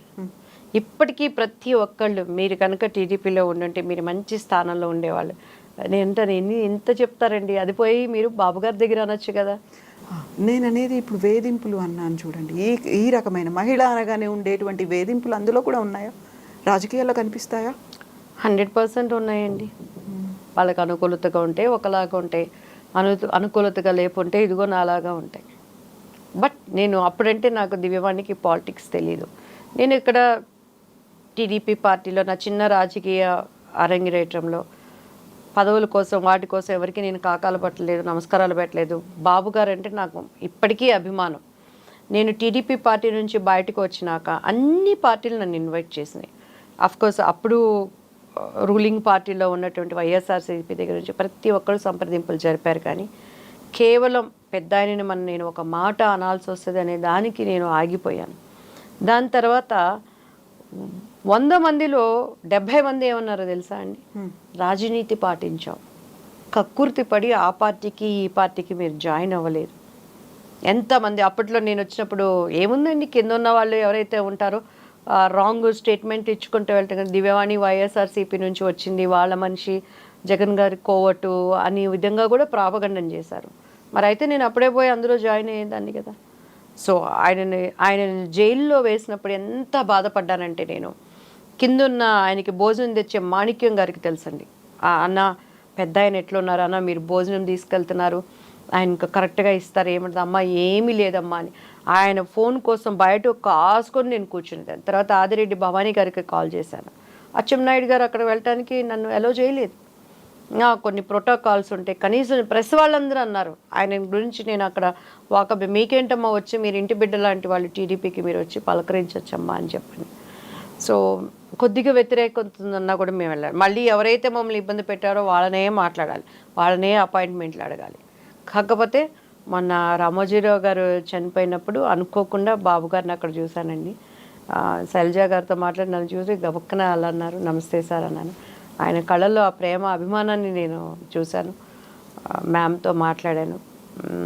So feel that happy. 100% అందరూ నా కోసం లేడీస్ అడిగిన వాళ్ళే ఉన్నారు. ఆమె అంత కష్టపడుతుంది, అంత పనిచేస్తుంది. పాలిటిక్స్ మాకు తెలియదు, నేర్చుకొని మేము పనిచేసాం అక్కడ. వేధింపులు అనేవి ఇక్కడ కూడా ఉంటాయి. మహిళ అంటే ఒక చిన్న చూపు చూడడం అనేదో, లేకుంటే పక్కన పెట్టడం అనేదో రాజకీయాల్లో కూడా 100% ఉంటాయండి. మీరు ఏ పార్టీ అయినా తీసుకోండి, మహిళలకి ఎంతవరకు స్థానం ఉంటుందండి? ఒక స్టేజ్ని మీరు తీసుకోండి, మీటింగ్స్ జరిగేటప్పుడు కానీ ఎక్కడ కానీ ఎంత టాలెంట్ ఉందన్నా, ఎక్కడో రేణుకా చౌదరి గారు లాంటి వాళ్ళు, లేకపోతే ఇంకా వాయిస్ ఉందని వినిపించగలిగిన వాళ్ళు నెట్టుకొని వాళ్ళకంటే ఒక క్యాడర్ పెట్టుకొని మనీ ఉండి అన్నీ ఉంటేనే వెళ్ళగలుగుతున్నారు. కానీ ఇప్పటికీ ఏ స్టేజ్ చూసుకోండి, వాళ్ళకన్నా ఎక్కువ మాట్లాడే ఆడవాళ్ళు లేరా? ఎదగనివ్వరు. ఎవరు చేస్తున్నారా పని? మగవాళ్ళు చేస్తారా, మహిళలే చేస్తున్నారా? ఒక్కొక్క చోట ఒక్కొక్క డిఫరెంట్ అండి. ఒక్కొక్క చోట ఇప్పుడు ఒక స్త్రీ పైకి ఎదుగుతుంది అంటే వాళ్ళ అన్ని అంగుల పవర్ కోసం దేనికైనా దిగజారే క్యారెక్టర్స్ కొంతమంది ఉంటారు. కొంతమంది అయ్యో మేలు ఈగో ఎక్కడైనా కుటుంబాల్లోనే ఉంటుంది, ఆడవాళ్ళు మీరు తగ్గి ఉండాలి అనే విధంగా. సో నేనేమంటానంటే ఎదిగే వాళ్ళని ఎదగనివ్వాలి, స్త్రీలైనా పురుషులు. మొన్న ఆడదానివే శత్రువు. ఇప్పుడు ఆమె స్మిత ఐఏఎస్ ఉన్నారు కదా, సబర్వాల్ ఉన్నారు. ఆమె మాట్లాడింది అసలు ఎంత బాధాకరం అనిపించిందండి ఆడవాళ్ళకి కానీ దివ్యాంగులకి, మానసికంగా బాధపడే ఎంత ఒక ఆమెకున్న స్థానంలో ఆమె అసలు కామెంట్ చేయదగున. అలానే పోయి అందరూ ఆడవాళ్ళు అలానే మనం చెప్పలేముగా. గవర్నమెంట్స్ కూడా కొంతమంది మాట్లాడినంత వరకు మాట్లాడారు, టేక్ ఇట్ ఈజీ అయిపోయింది. కానీ ఆ పెయిన్ అనుభవించే వాళ్ళకి ఈరోజు కార్లో వెళ్తున్నాం, ఇవాళ మార్నింగ్ చూసాం, ఏదో సడన్గా ఒక యాక్సిడెంట్ అయిపోయింది, 4 స్పాట్ డెడ్ అయిపోయారు. సపోజ్ అటువంటి యాక్సిడెంట్లో నీ కాలో నీ చెయ్యపోతే, నువ్వు పుట్టడం అందంగా అన్నీ పుట్టినా ఆన్ ద స్పాట్ నువ్వు కూడా దివ్యాంగులవేగా అవుతావు కదా. అందుకని నువ్వేం సాధించలేని దానివా, నువ్వేం చేయలేని దానివా? సో రిజర్వేషన్స్లో మాకు ఇట్లా కావాలి అట్లా కావాలి, సభ్యతగా మీరు మాట్లాడండి. అసలు అటువంటి వాళ్ళని ఎంకరేజ్ చేయాల్సిన బాధ్యత మనది. ఎంతమంది నాకు వాళ్ళు కాల్ చేసి అమ్మ మీరు రండి, అక్క మీరు పార్టీ తరపున మీరు మాట్లాడండి, మీ వాయిస్ కూడా వినిపించండి అని అంటే, అసలు మా వాయిస్ వినిపిద్దామంటే కాంగ్రెస్లో చేరినాక ఇంతవరకు ముఖ్యమంత్రినే నేను కలవలేకపోయాను. 1000 మంది ద్వారా వెళ్ళాను నేను. మోర్ దెన్ 1 year అయింది మీరు జాయిన్ అయ్యి పార్టీలో? ఇంతవరకు లేదు. ఆయన పార్టీకి నేను జాయిన్ అవ్వక ముందు రేవంత్ రెడ్డి గారిని కలిశానండి. నేను ఇక అదే చూసి ఏమన్నా మనకి ఇంకా ఆయన దగ్గర మాకు అపాయింట్మెంట్ దొరకనివ్వకపోతే ప్రజా భవన్ దగ్గర అందరూ మాట్లాడదామని ఉన్నానండి. నేను I don't know what is that అనేది. అదే అందరూ అంటున్నాం, మేము ఇప్పుడు చంద్రబాబు గారు లాంటి గొప్ప వ్యక్తి దగ్గర పనిచేద్దామని ఆశతో వెళ్ళాము. అక్కడ ఉన్నటువంటి రాజకీయం అంటే ఏంటో నాకు తెలియదు. స్ట్రైట్ ఫార్వర్డ్ మనిషిని వాళ్ళు ఇబ్బంది పెట్టిన విధానాన్ని అర్థం చేసుకోవడానికి కూడా నాకు టైం పట్టింది. సో మంచో చేయడం మేము బయటకు వచ్చాం. ఆయన శిష్యుడు ఈయన. అన్నిటికన్నా కాంగ్రెస్ రేపు సెక్యులరిజం పార్టీ, మన వాయిస్ 4 స్టేట్స్లో వినిపించవచ్చు యాజ్ ఎ ఆర్టిస్ట్గా. పైగా నాకు ఓటు హక్కు ఉన్నదంతా తెలంగాణ అని చెప్పని బిఫోర్ ఎలక్షన్స్ మేము జాయిన్ అయ్యాము. అందరినీ కలవగలిగానండి. ఇక్కడ నాకు కనిపిస్తున్న కొన్ని దీనిని బట్టి వెరీ వెరీ ఇంపార్టెంట్ పీపుల్ దగ్గరికి వెళ్ళి ఆయన ద్వారా అపాయింట్మెంట్ కూడా అక్కడ వరకు వెళ్ళిస్తున్నారు. కానీ సార్ని కలవటానికి ఒక సముఖత అనేది మాకు ఏంటి అనేది మాకే అర్థం కాకుండా ఉంది. మేము రాహుల్ గాంధీ ప్రధానమంత్రి అవ్వాలి, కాంగ్రెస్ పార్టీ మంచి పార్టీ, అక్కడ చాలా మనకి ఎంకరేజ్మెంట్ ఉంటుందని వస్తే కొంతమంది లేడీస్ ఏమో అమ్మో మళ్ళీ దివ్యవాణి వచ్చింది ఈమె వాయిస్కి మాకెక్కడ పోటీ అవుతుందని కొన్ని ఏడుపు మొహాలు. కొంతమంది ఏమో అసలు ఈమెకి ఏమన్నా చిన్న పోస్ట్ ఇచ్చినా కూడా మాట్లాడేస్తుంది అనేది కొంత. అసలు రేవంత్ గారు అంటే నాకు ఎంత అభిమానం అంటే, ఆయన ఫైట్ చేసే విధానం కానీ, ఆయన ఆ చాకచక్యం కానీ ఎంత ఆశతో వచ్చామో. రేపు మళ్ళీ డిసెంబర్ వస్తే 1 year అవుతుందండి. ఇంతవరకు ఆయన దగ్గర నాకు అపాయింట్మెంట్ దొరకలేదు. ఏడవాలా నవ్వాలా ఎవరికి మేము ఏం చెప్పుకోవాలో మాకే అర్థం కావట్లేదు. ఇప్పుడు మీరు కాంగ్రెస్ పార్టీ తెలంగాణలో అధికారం రావాలి అనేటువంటి ప్రచార క్యాంపెయినింగ్ కమిటీయా, దాంట్లో కూడా మీరు? అంటే నేను జాయిన్ అయిన వెంటనే స్టార్ క్యాంపెయినింగ్ వేశారండి. బిఫోర్ దట్ కూడా రేవంత్ గారిని కలిసాము. అండ్ తర్వాత ఎలక్షన్ మానిటరింగ్ కమిటీలో మనల్ని వేశారు. ఆయన బిజీగా ఉన్నారు, నేను కాదు అంటలేదు. కానీ అపాయింట్మెంట్ కోసం ఎంత గంటలు వెయిట్ చేశాను.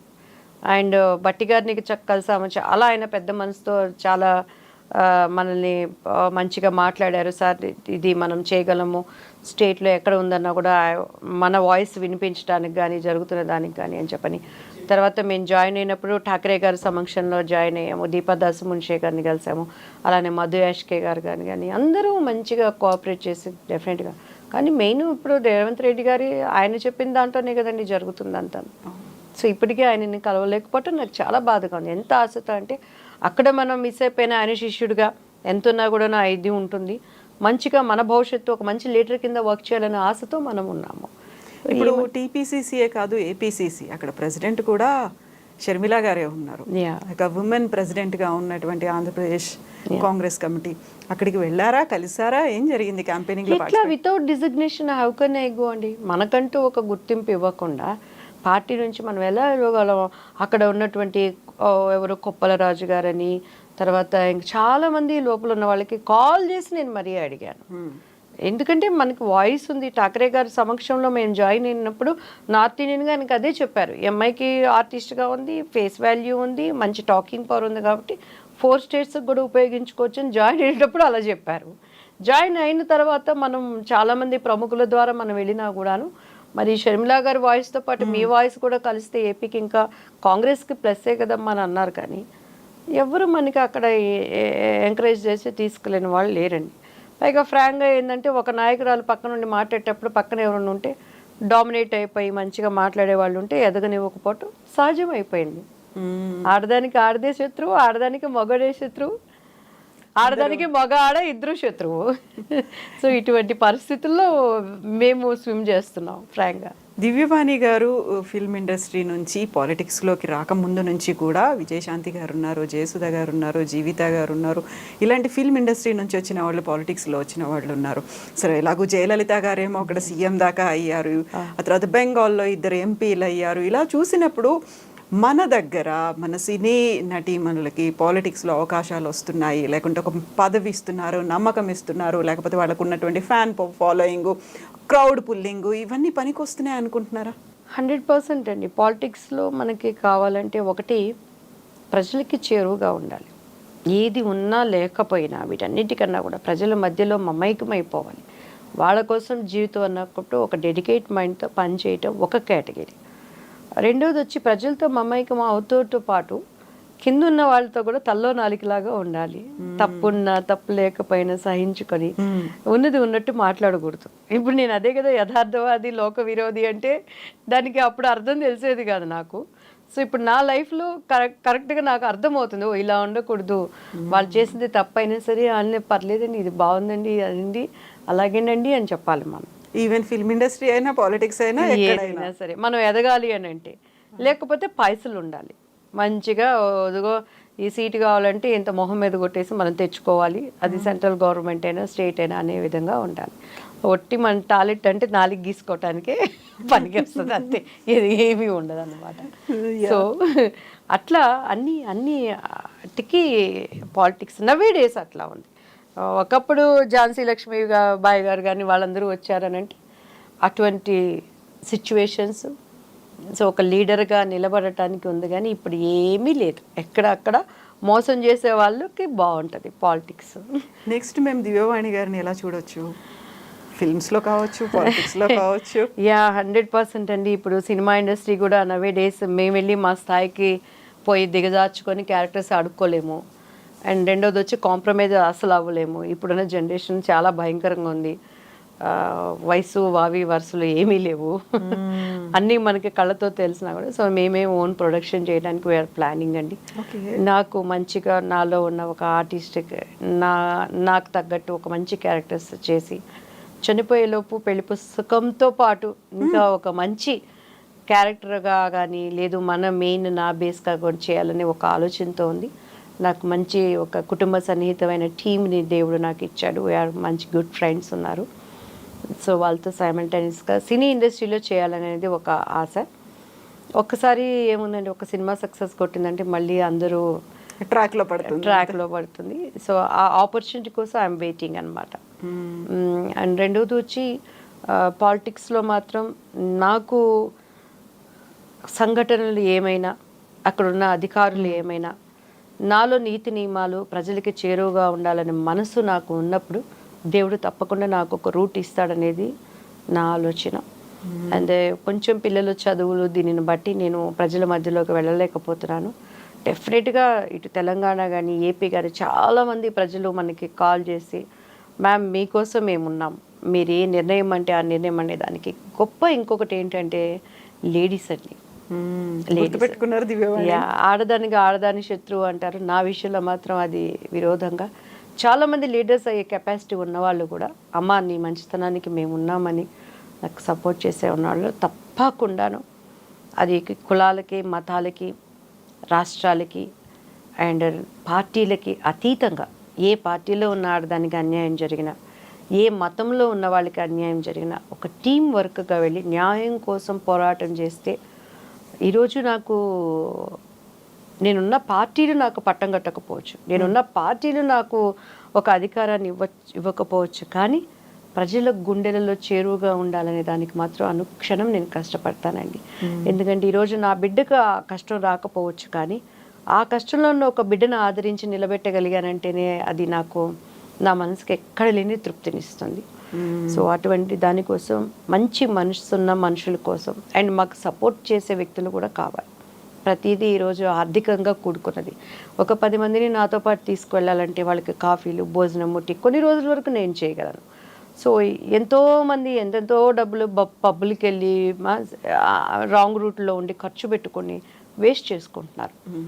సో నేను దానికి కూడా ఒక టీంని సిద్ధపరచుకొని మమ్మల్ని నడిపించే వాళ్ళు ఉండటానికి కూడా వీఆర్ ప్లానింగ్ సూన్. అటువంటి దానిని కూడాను అది ఏ రాష్ట్రమైనా ఎక్కడున్నా కూడా వెళ్ళి చేయటానికి నా శక్తి ఉన్నంత వరకు. ఎందుకంటే దేవుడు నాకు ఐఎమ్ అచీవ్ ఎవ్రీథింగ్. బిడ్డలు పెద్దవాళ్ళు అయ్యారు, దేవుడు కృపను బట్టి వాళ్ళు మంచి స్థానంలో ఉన్నారు. సో చేయాలనేటువంటిది ఒక ఆలోచన ఉంది. దానికి మెల్లమెల్లగా నడకలు నేర్పడానికి ప్రయత్నం చేస్తున్నాను. అండ్ ఉన్న టీంను కూడా ఫిల్టర్ చేసుకోవాలి. సో మన వెనకాలే ఉండి ఎవరి స్వభావం ఎట్లా ఉంటుందో మనకు తెలియదు. ఒక సమిష్టి కృషిగా నేను చేయాల్సిందాన్ని. గాంధీ గారు లాంటి వాళ్ళకే పక్కన గాడ్సేలు ఉన్నారు. I'm nothing in front of him కదండి. ఇప్పుడు దేవుడు అన్నారు, మతము అన్నారు, ఇవన్నీ అయిన తర్వాత సడన్గా అప్పటిదాకా ఉన్నటువంటి దివ్యవాణి గారు చాలా పూజలు కనిపించాయి సినిమాల్లో, ఇవన్నీ సడన్గా పోయి క్రిస్టియానిటీలోకి వెళ్ళారు. మీరే వెళ్ళారా, ఎవరైనా తీసుకెళ్లారా? హస్బెండ్, ఫ్యామిలీ ఏంటి అసలు మీతో పాటు ఎలా వచ్చేసారు అందులోకి? అట్లేం లేదండి. ఇట్స్ బైబుల్ ఈజ్ ట్రూ అంతే, నేను నమ్మాను. ఎందుకంటే చరిత్ర తీసుకుంటే క్రీస్తు శకం క్రీస్తు పూర్వమే, కానీ ఇంకొకరిది లేదు. బైబుల్ చరిత్ర, దానికి ఆధారాలు ఉన్నాయి. అసలు క్రీస్తు ఎవరు, ఈ లోకానికి ఎందుకు వచ్చాడు, ఆయన ఎవరిని చంపలేదు. ఎక్కడైనా చరిత్రలో మనం తీసుకుంటే ఎవరిని చంపలేదు, రాజ్యాల మీద దండ ఎత్తలేదు, ఇంకొకళ్ళ ప్రాణం ఎక్కడ ఆయన తీయలేదు, అండ్ ఎక్కడ ఆయన నోటేమట ఒక చెడును మనం చూడలేదు. ఆయన గన్ పట్టుకున్నట్టు కానీ బాణాలు పట్టుకున్నట్టు కానీ ఎక్కడ ఒక మాదిరికరమైన జీవితం, ఒక మనుష్యుడు ఎట్లా ఉండేదని చూపించాడు. నా మార్గంలో నడవండి అన్నాడు. అండ్ అన్నింటికన్నా ఇంకొకటి గొప్పది ఏంటంటే, చాలా వీటి గురించి కూడా వాదాలు తర్కాలు ఈ సోషల్ మీడియాలో వచ్చినాయి. ఒక్కటే చెప్తున్నాడు, ఆయన మృతుడుగా భూమిలో లేడు. సపోజ్ మా అమ్మనో మా తాతగారో మా నాన్నగారు వాళ్ళ నాన్నగారు 4 ఫాదర్స్ చనిపోయారు అని అంటే వాళ్ళని భూమిలో పాత పెట్టాము. అక్కడ వాళ్ళకి నమూనాలు, వాళ్ళ డెడ్ బాడీస్ కొన్ని రోజుల తర్వాత శిథిలమైపోయి ఆ బోన్స్ అయి ఉంటాయి. కానీ యేసయ్య చనిపోయిన వ్యక్తి భూమిలో ఉన్నాడు అనటానికి ఆధారం లేదు. అది ఖాళీ సమాధి, ఆయన సమాధి ఎంటీ. సో ఆయన ఏమయ్యాడు, పైకి వెళ్ళాడు. ఎలా వెళ్ళాను, నేను అలా వస్తాను అని చెప్తున్నాడు. ఒక క్రైస్తవ జీవితం విశ్వాసం అండి. Bible is different. ఈరోజు ప్రతి దాంట్లో కేటు డూప్లికేట్ ఉంది కదండి. సెల్ ఫోన్స్లో ఒరిజినల్ బ్రాండ్ ఉంది, డూప్లికేట్ ఉంది. అలానే ప్రతి దాంట్లో కూడా మనం కొట్టుకునే పర్ఫ్యూమ్ నుంచి మేకప్ మెటీరియల్ దగ్గర నుంచి ఈవెన్ బట్టల్లో కూడా క్లాత్ మెటీరియల్లో అన్నిట్లో నాణ్యమైనవి ఉన్నాయి, డూప్లికేట్ ఉన్నాయి. డూప్లికేట్లు ఏంటంటే నాణ్యమైన వాటికన్నా బెనిఫిట్గా కనపడతాయి. ఇప్పుడు డైమండ్ సెట్లు వచ్చినాయండి, ఎన్నో వచ్చినాయి. ఒరిజినల్ డైమండ్ కన్నా పిచ్చివే డైమండ్ కన్నా ఇంకా ఎక్కువ ఉంది. అందుకేనా హిందూ మతం కంటే ఇంకా క్రిస్టియానిటీయే గొప్పది అనిపించింది? మీ హిందూ కాదు ఇటువైపు వెళ్ళాలి అనేది? నేను హిందూ కాదు, నేను హిందూ. క్రీస్తుని నా స్వరక్షడిగా నేను అంగీకరించాను. భారతదేశంలో నేను పుట్టాను అంటే క్రీస్తును అంగీకరించిన మాత్రాన నేను హిందూని కాకుండా పోతానా? ఇప్పుడు పూజలు చేస్తారు, ఏ పూజలు చేస్తారు? మీకు ఒక చిన్న ఎగ్జాంపుల్ చెప్తానండి. నేను కాంగ్రెస్లో జాయిన్ అయిన తర్వాత ఇప్పుడు ఆయన పేరు కుసుమ్ కుమార్ గారు, జట్టి కుసుమ్ కుమార్ గారు. ఆయన కేజీఎఫ్ అని ఒక కమ్మ సంఘాన్ని పెట్టారు. ఆ సంఘం పెట్టినప్పుడు చాలా మంది నన్ను అడిగారు, ఒక చౌదరిగా దివ్యవాణి గారు మీరు కూడా అక్కడ ఉంటే మీరు బాగుంటుందండి అని చెప్పని. సో కొన్ని పరిస్థితులను బట్టి కుసుమ్ కుమార్ గారిని ఆయన కూడా మా తెనాలి. సో ఆయన నేను కలవలేకపోయాను. తర్వాత ఆన్ టైము ఆయన చేస్తున్నప్పుడు నేను కలిశాను ఆయన్ని. ఏంటమ్మా దివ్య పార్టీలు అంటే సో అండ్ సో అండి అని మొత్తం నేను చెప్పుకొచ్చాను ఆయనకి. యాజ్ ఏ ఫెమిలియర్గా ఆర్టిస్ట్గా దీంట్లో యాంకరింగ్ కానీ మొత్తం మీరు పార్టిసిపేట్ చేద్దరు కానీ బాగుందమ్మా అని అన్నారు. నేను అక్కడ కూర్చుండగానే టీడీపీలో ఒక ఇంపార్టెంట్ వ్యక్తి అదే ఎవరంటే టీడీ జనార్దన్ గారికి కాల్ వచ్చింది. నేను అప్పటికి జరిగిందంతా ఆయనకి సింపుల్గా చెప్పాను. ఇద్దరు సీఎంలు వస్తున్నారు, ఇటు రేవంత్ రెడ్డి గారు కానీ TV5కి అంతా మాట్లాడతారు. మా ఎదురుగా నేను మా పాప వెళ్ళాము. నేను వచ్చేసినాక అక్కడ ఏం డిస్కషన్ జరిగిందో తెలీదు. నాకు ఫోన్ లేదు, అట్లీస్ట్ నాకు ఒక ఇన్విటేషన్ లేదు. ఆయన నేను రేవంత్ గారితో నేను మాట్లాడిస్తానమ్మా అని చెప్పారు. ఫోన్ అవాయిడ్ చేస్తారు. ఏమనుకోవాలండి? ఇప్పుడు మీరు KGF దాన్ని అటెండ్ అవ్వలేదు అసలు ఇంకా. అసలు మాకు ఇన్విటేషనే లేదు. కూర్చోబెట్టి అంత మాట్లాడిన వ్యక్తి అట్లీస్ట్ రామ్మా అని కూడా చెప్పలేదు. చెప్పాను సార్ నాకు ఇంత స్ట్రెంగ్త్ ఉంది, చెన్నైలో ఉంది, చెన్నైలో ఆదిశేషయ్య గారు ఉన్నారు, మీకు ఖమ్మం అనుకుంటే అంత ఆయన మమ్మల్ని పిలవనంత మాత్రాన నేను కమ్మదాన్ని కాకుండా పోనుగా, అదే కమ్మ రక్తం నాలో లేకుండా పోదుగా, అదే రోషం నాలో లేకుండా పోదు కదండి. ఎందుకు కన్సిడర్ అలానే ఎందుకు చెప్తున్నాను I don't know. TDP network Babu గారి స్థాయికి ఆయన అలా చెప్పరు, లోకేష్ గారి స్థాయికి అలా చెప్పరు. కింద ఉన్న వాళ్ళు ఏంటి, అదే బ్రాండు అదే వాళ్ళు. ఇక్కడే అమ్మాయి ఎక్కడ ఎదుగుతుందో ఎదుగుదల లేకుండా చేయడానికి. ఈరోజు రోజా టీడీపీ నుంచి బయటకు వచ్చినాక ఇష్టానికి మాట్లాడినది ఎందుకు మాట్లాడింది? ఎదగనేదలని ఆపగొట్టం వలని. అఫ్కోర్స్ ఆమె కొంచెం చాలా ఎక్స్ట్రాడనరీగా సంబంధం లేకుండా కూడా ఆమె పిచ్చి పిచ్చి మాట్లాడింది. మేము ఇప్పుడు అలా మాట్లాడలేదే. మేము ఏ పార్టీలో ఉన్నా ఆయనకి ఇచ్చే మర్యాదని ఇచ్చాం. కానీ మా భవిష్యత్తుని అణగదొక్కుతున్నారు. తొక్కు ఎంతవరకు తొక్కుతావు? నువ్వు బంతిని గోడకి ఎంత బలంగా కొట్టినా అది మళ్ళీ రివర్స్లో వచ్చి అంత నీకు తగులుతుంది. కానీ నేను దేవుడికే వదిలిపెట్టేసుకున్నాను, బాధపడ్డాను కొంచెం సేపు. అంత మాత్రం నేను కమ్మదాన్ని కాకుండా పోనుగా, నీలో ఉన్న బ్లడ్డే ఆ రోషం నాలో లేకుండా పోదుగా. ఎందుకు చెప్తున్నానంటే భారతదేశం నా మాతృభూమి, భారతీయులందరూ నా సహోదరులు. చిన్నప్పటి నుంచి మనం స్కూల్స్లో కూడా నేర్పించాం. నేను దేవుడిని అంగీకరించినంత మాత్రాన నేను ఇండియన్ కాకుండా పోనండి. ఇప్పుడు మీరు క్రిస్టియానిటీలోకి అంటే ఆ మతాన్ని స్వీకరించారు కాబట్టి అది మతం కాదండి. దీంట్లోకి పిలవకపోవడానికి రీజన్ ఏంటని మీరు ఇప్పుడు క్రైస్తవులు అనబడిన వాళ్ళు పెద్ద పెద్ద పాస్టర్స్ బోధించే వాళ్ళు కూడా మత మార్పిడి అంటే ఎందుకు దానిని అంగీకరిస్తున్నారు, ఖండించలేకపోతున్నారు నాకు అర్థం కాదు. యేసయ్య ఎక్కడ నేను మతం అని చెప్పలేదు. I am the way, I am the truth, I am the life అన్నాడు. నేనే మార్గం, నేనే సత్యం, నేనే జీవం. ఆయన మార్గాన్ని నేను ఎంచుకున్నాను, ఆయన సత్యాన్ని నేను నమ్ముతున్నాను. ఆయనే సత్యం, ఆయన మాత్రమే సత్యం అనేది నేను నమ్ముతున్నాను. ఆయనే జీవం అన్నాడు. ఆ జీవం ఏంటి? ప్రతి మనిషి చనిపోవాల్సిందే. అగ్ని ఆరదు, పురుగు చావదు. ఆత్మకి చావు లేదు. రేపు నా ఆత్మకి నిత్య జీవాన్ని ఇచ్చేవాడు ఆయన అని అన్నాడు. కానీ ఆయన ఎక్కడైనా నేను ఒక మతం అని చెప్పారా అండి? క్రైస్తత్వం మతం అని ఎవరు చెప్పారు? అది మార్గం. ప్రతి క్రైస్తవుడు దాన్ని ఖండించాలన్న స్థితిలో ఉన్నారు. ఎందుకు ఒప్పుకుంటున్నారు దానిని? పెద్ద పెద్ద వాళ్ళు సంఘాలు పెంచుకుంటున్నారు, చర్చిల్లో విశ్వాసాలను కూర్చోబెట్టుకుంటున్నారు. కానీ అరే బాబు ఒక్కరోజున ఒక ధర్నా చేసి ఇది మతం కాదండి.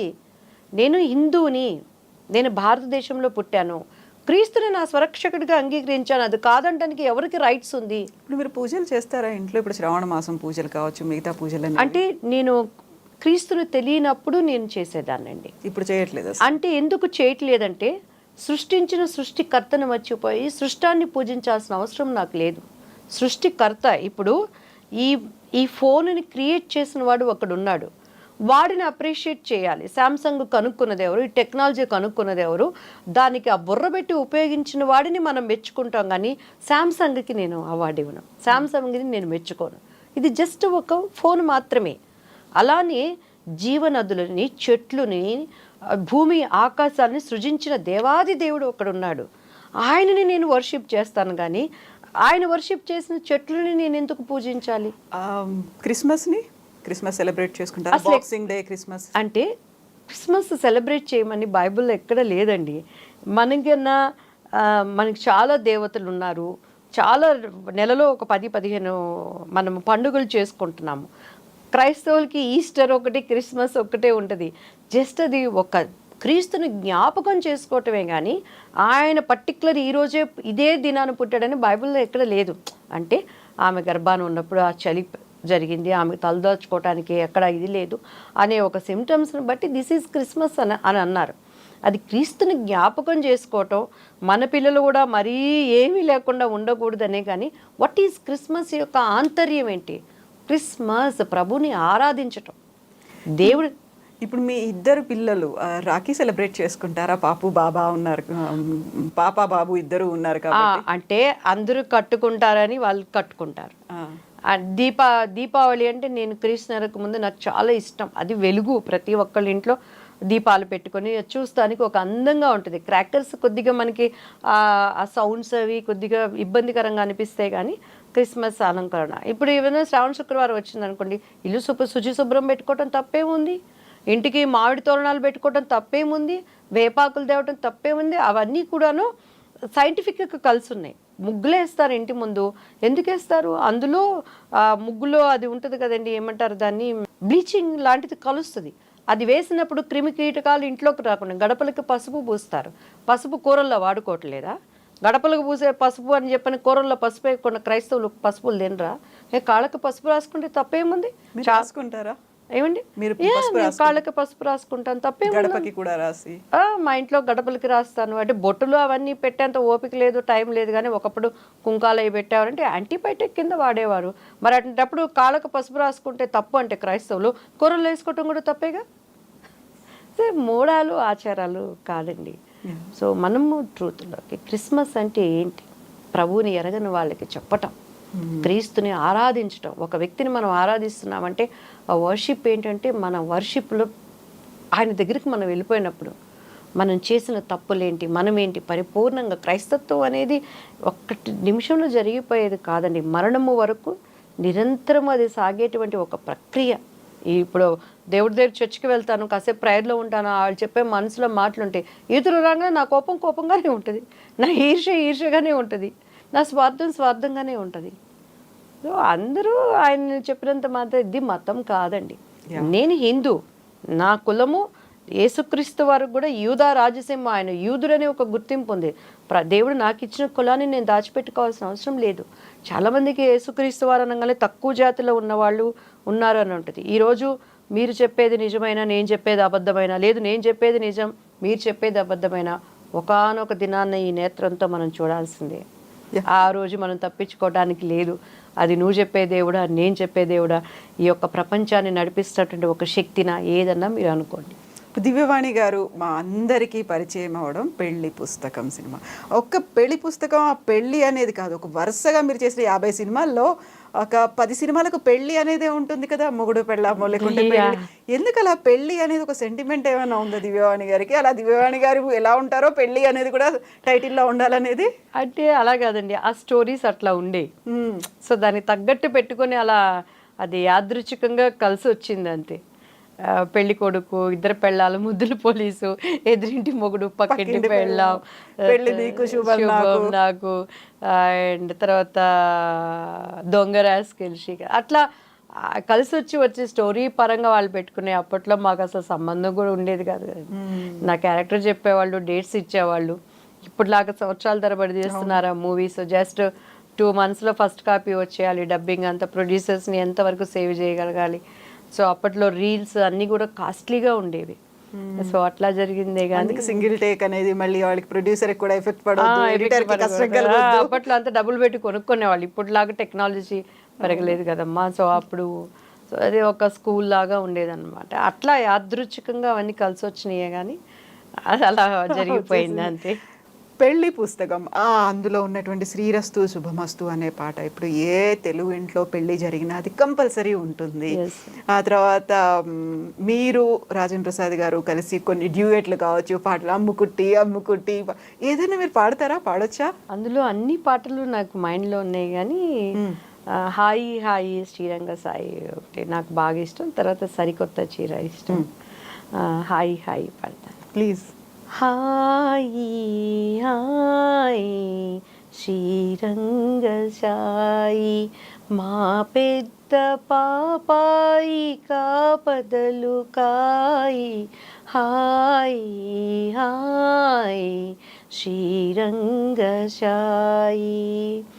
ఇది కాని వేళ ఎడద ఉయ్యాల, ఇది కాని వేళ ఎడద ఉయ్యాల కూరిచో కొట్టింది కుసుమ సిరిబాల హాయి హాయి శ్రీరంగ సాయి నిద్రా కన్యకలొచ్చి నిలచి దీవిస్తే భద్రా కన్యకలేమో పలుకు తధాస్తు నిద్రా కన్యకలొచ్చి నిలచి దీవిస్తే భద్రా కన్యకలేమో పలుకు తధాస్తు మాగన్నులోనైనా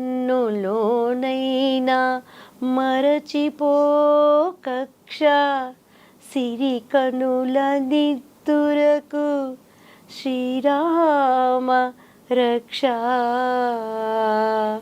హాయి హాయి శ్రీరంగ సాయి మా పెద్ద పాపాయి కాపదలు కాయి హాయి హాయి Sriranga Sai.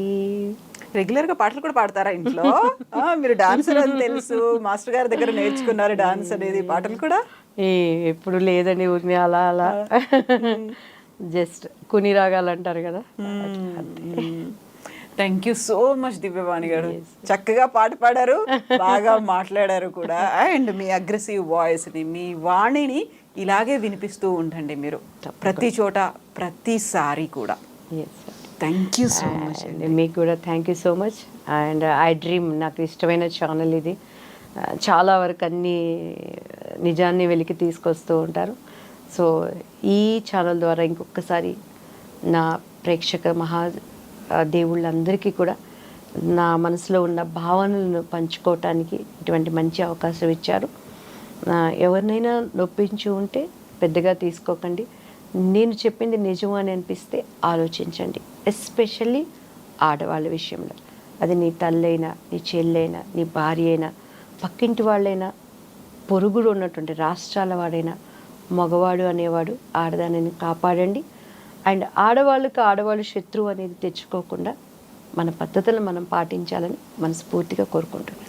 Thank you so much for the very good message. ఇంత మంచి మెసేజ్ ఇచ్చినందుకు thank you so much Divyavani. Thank you అండి. See you again. Thank you.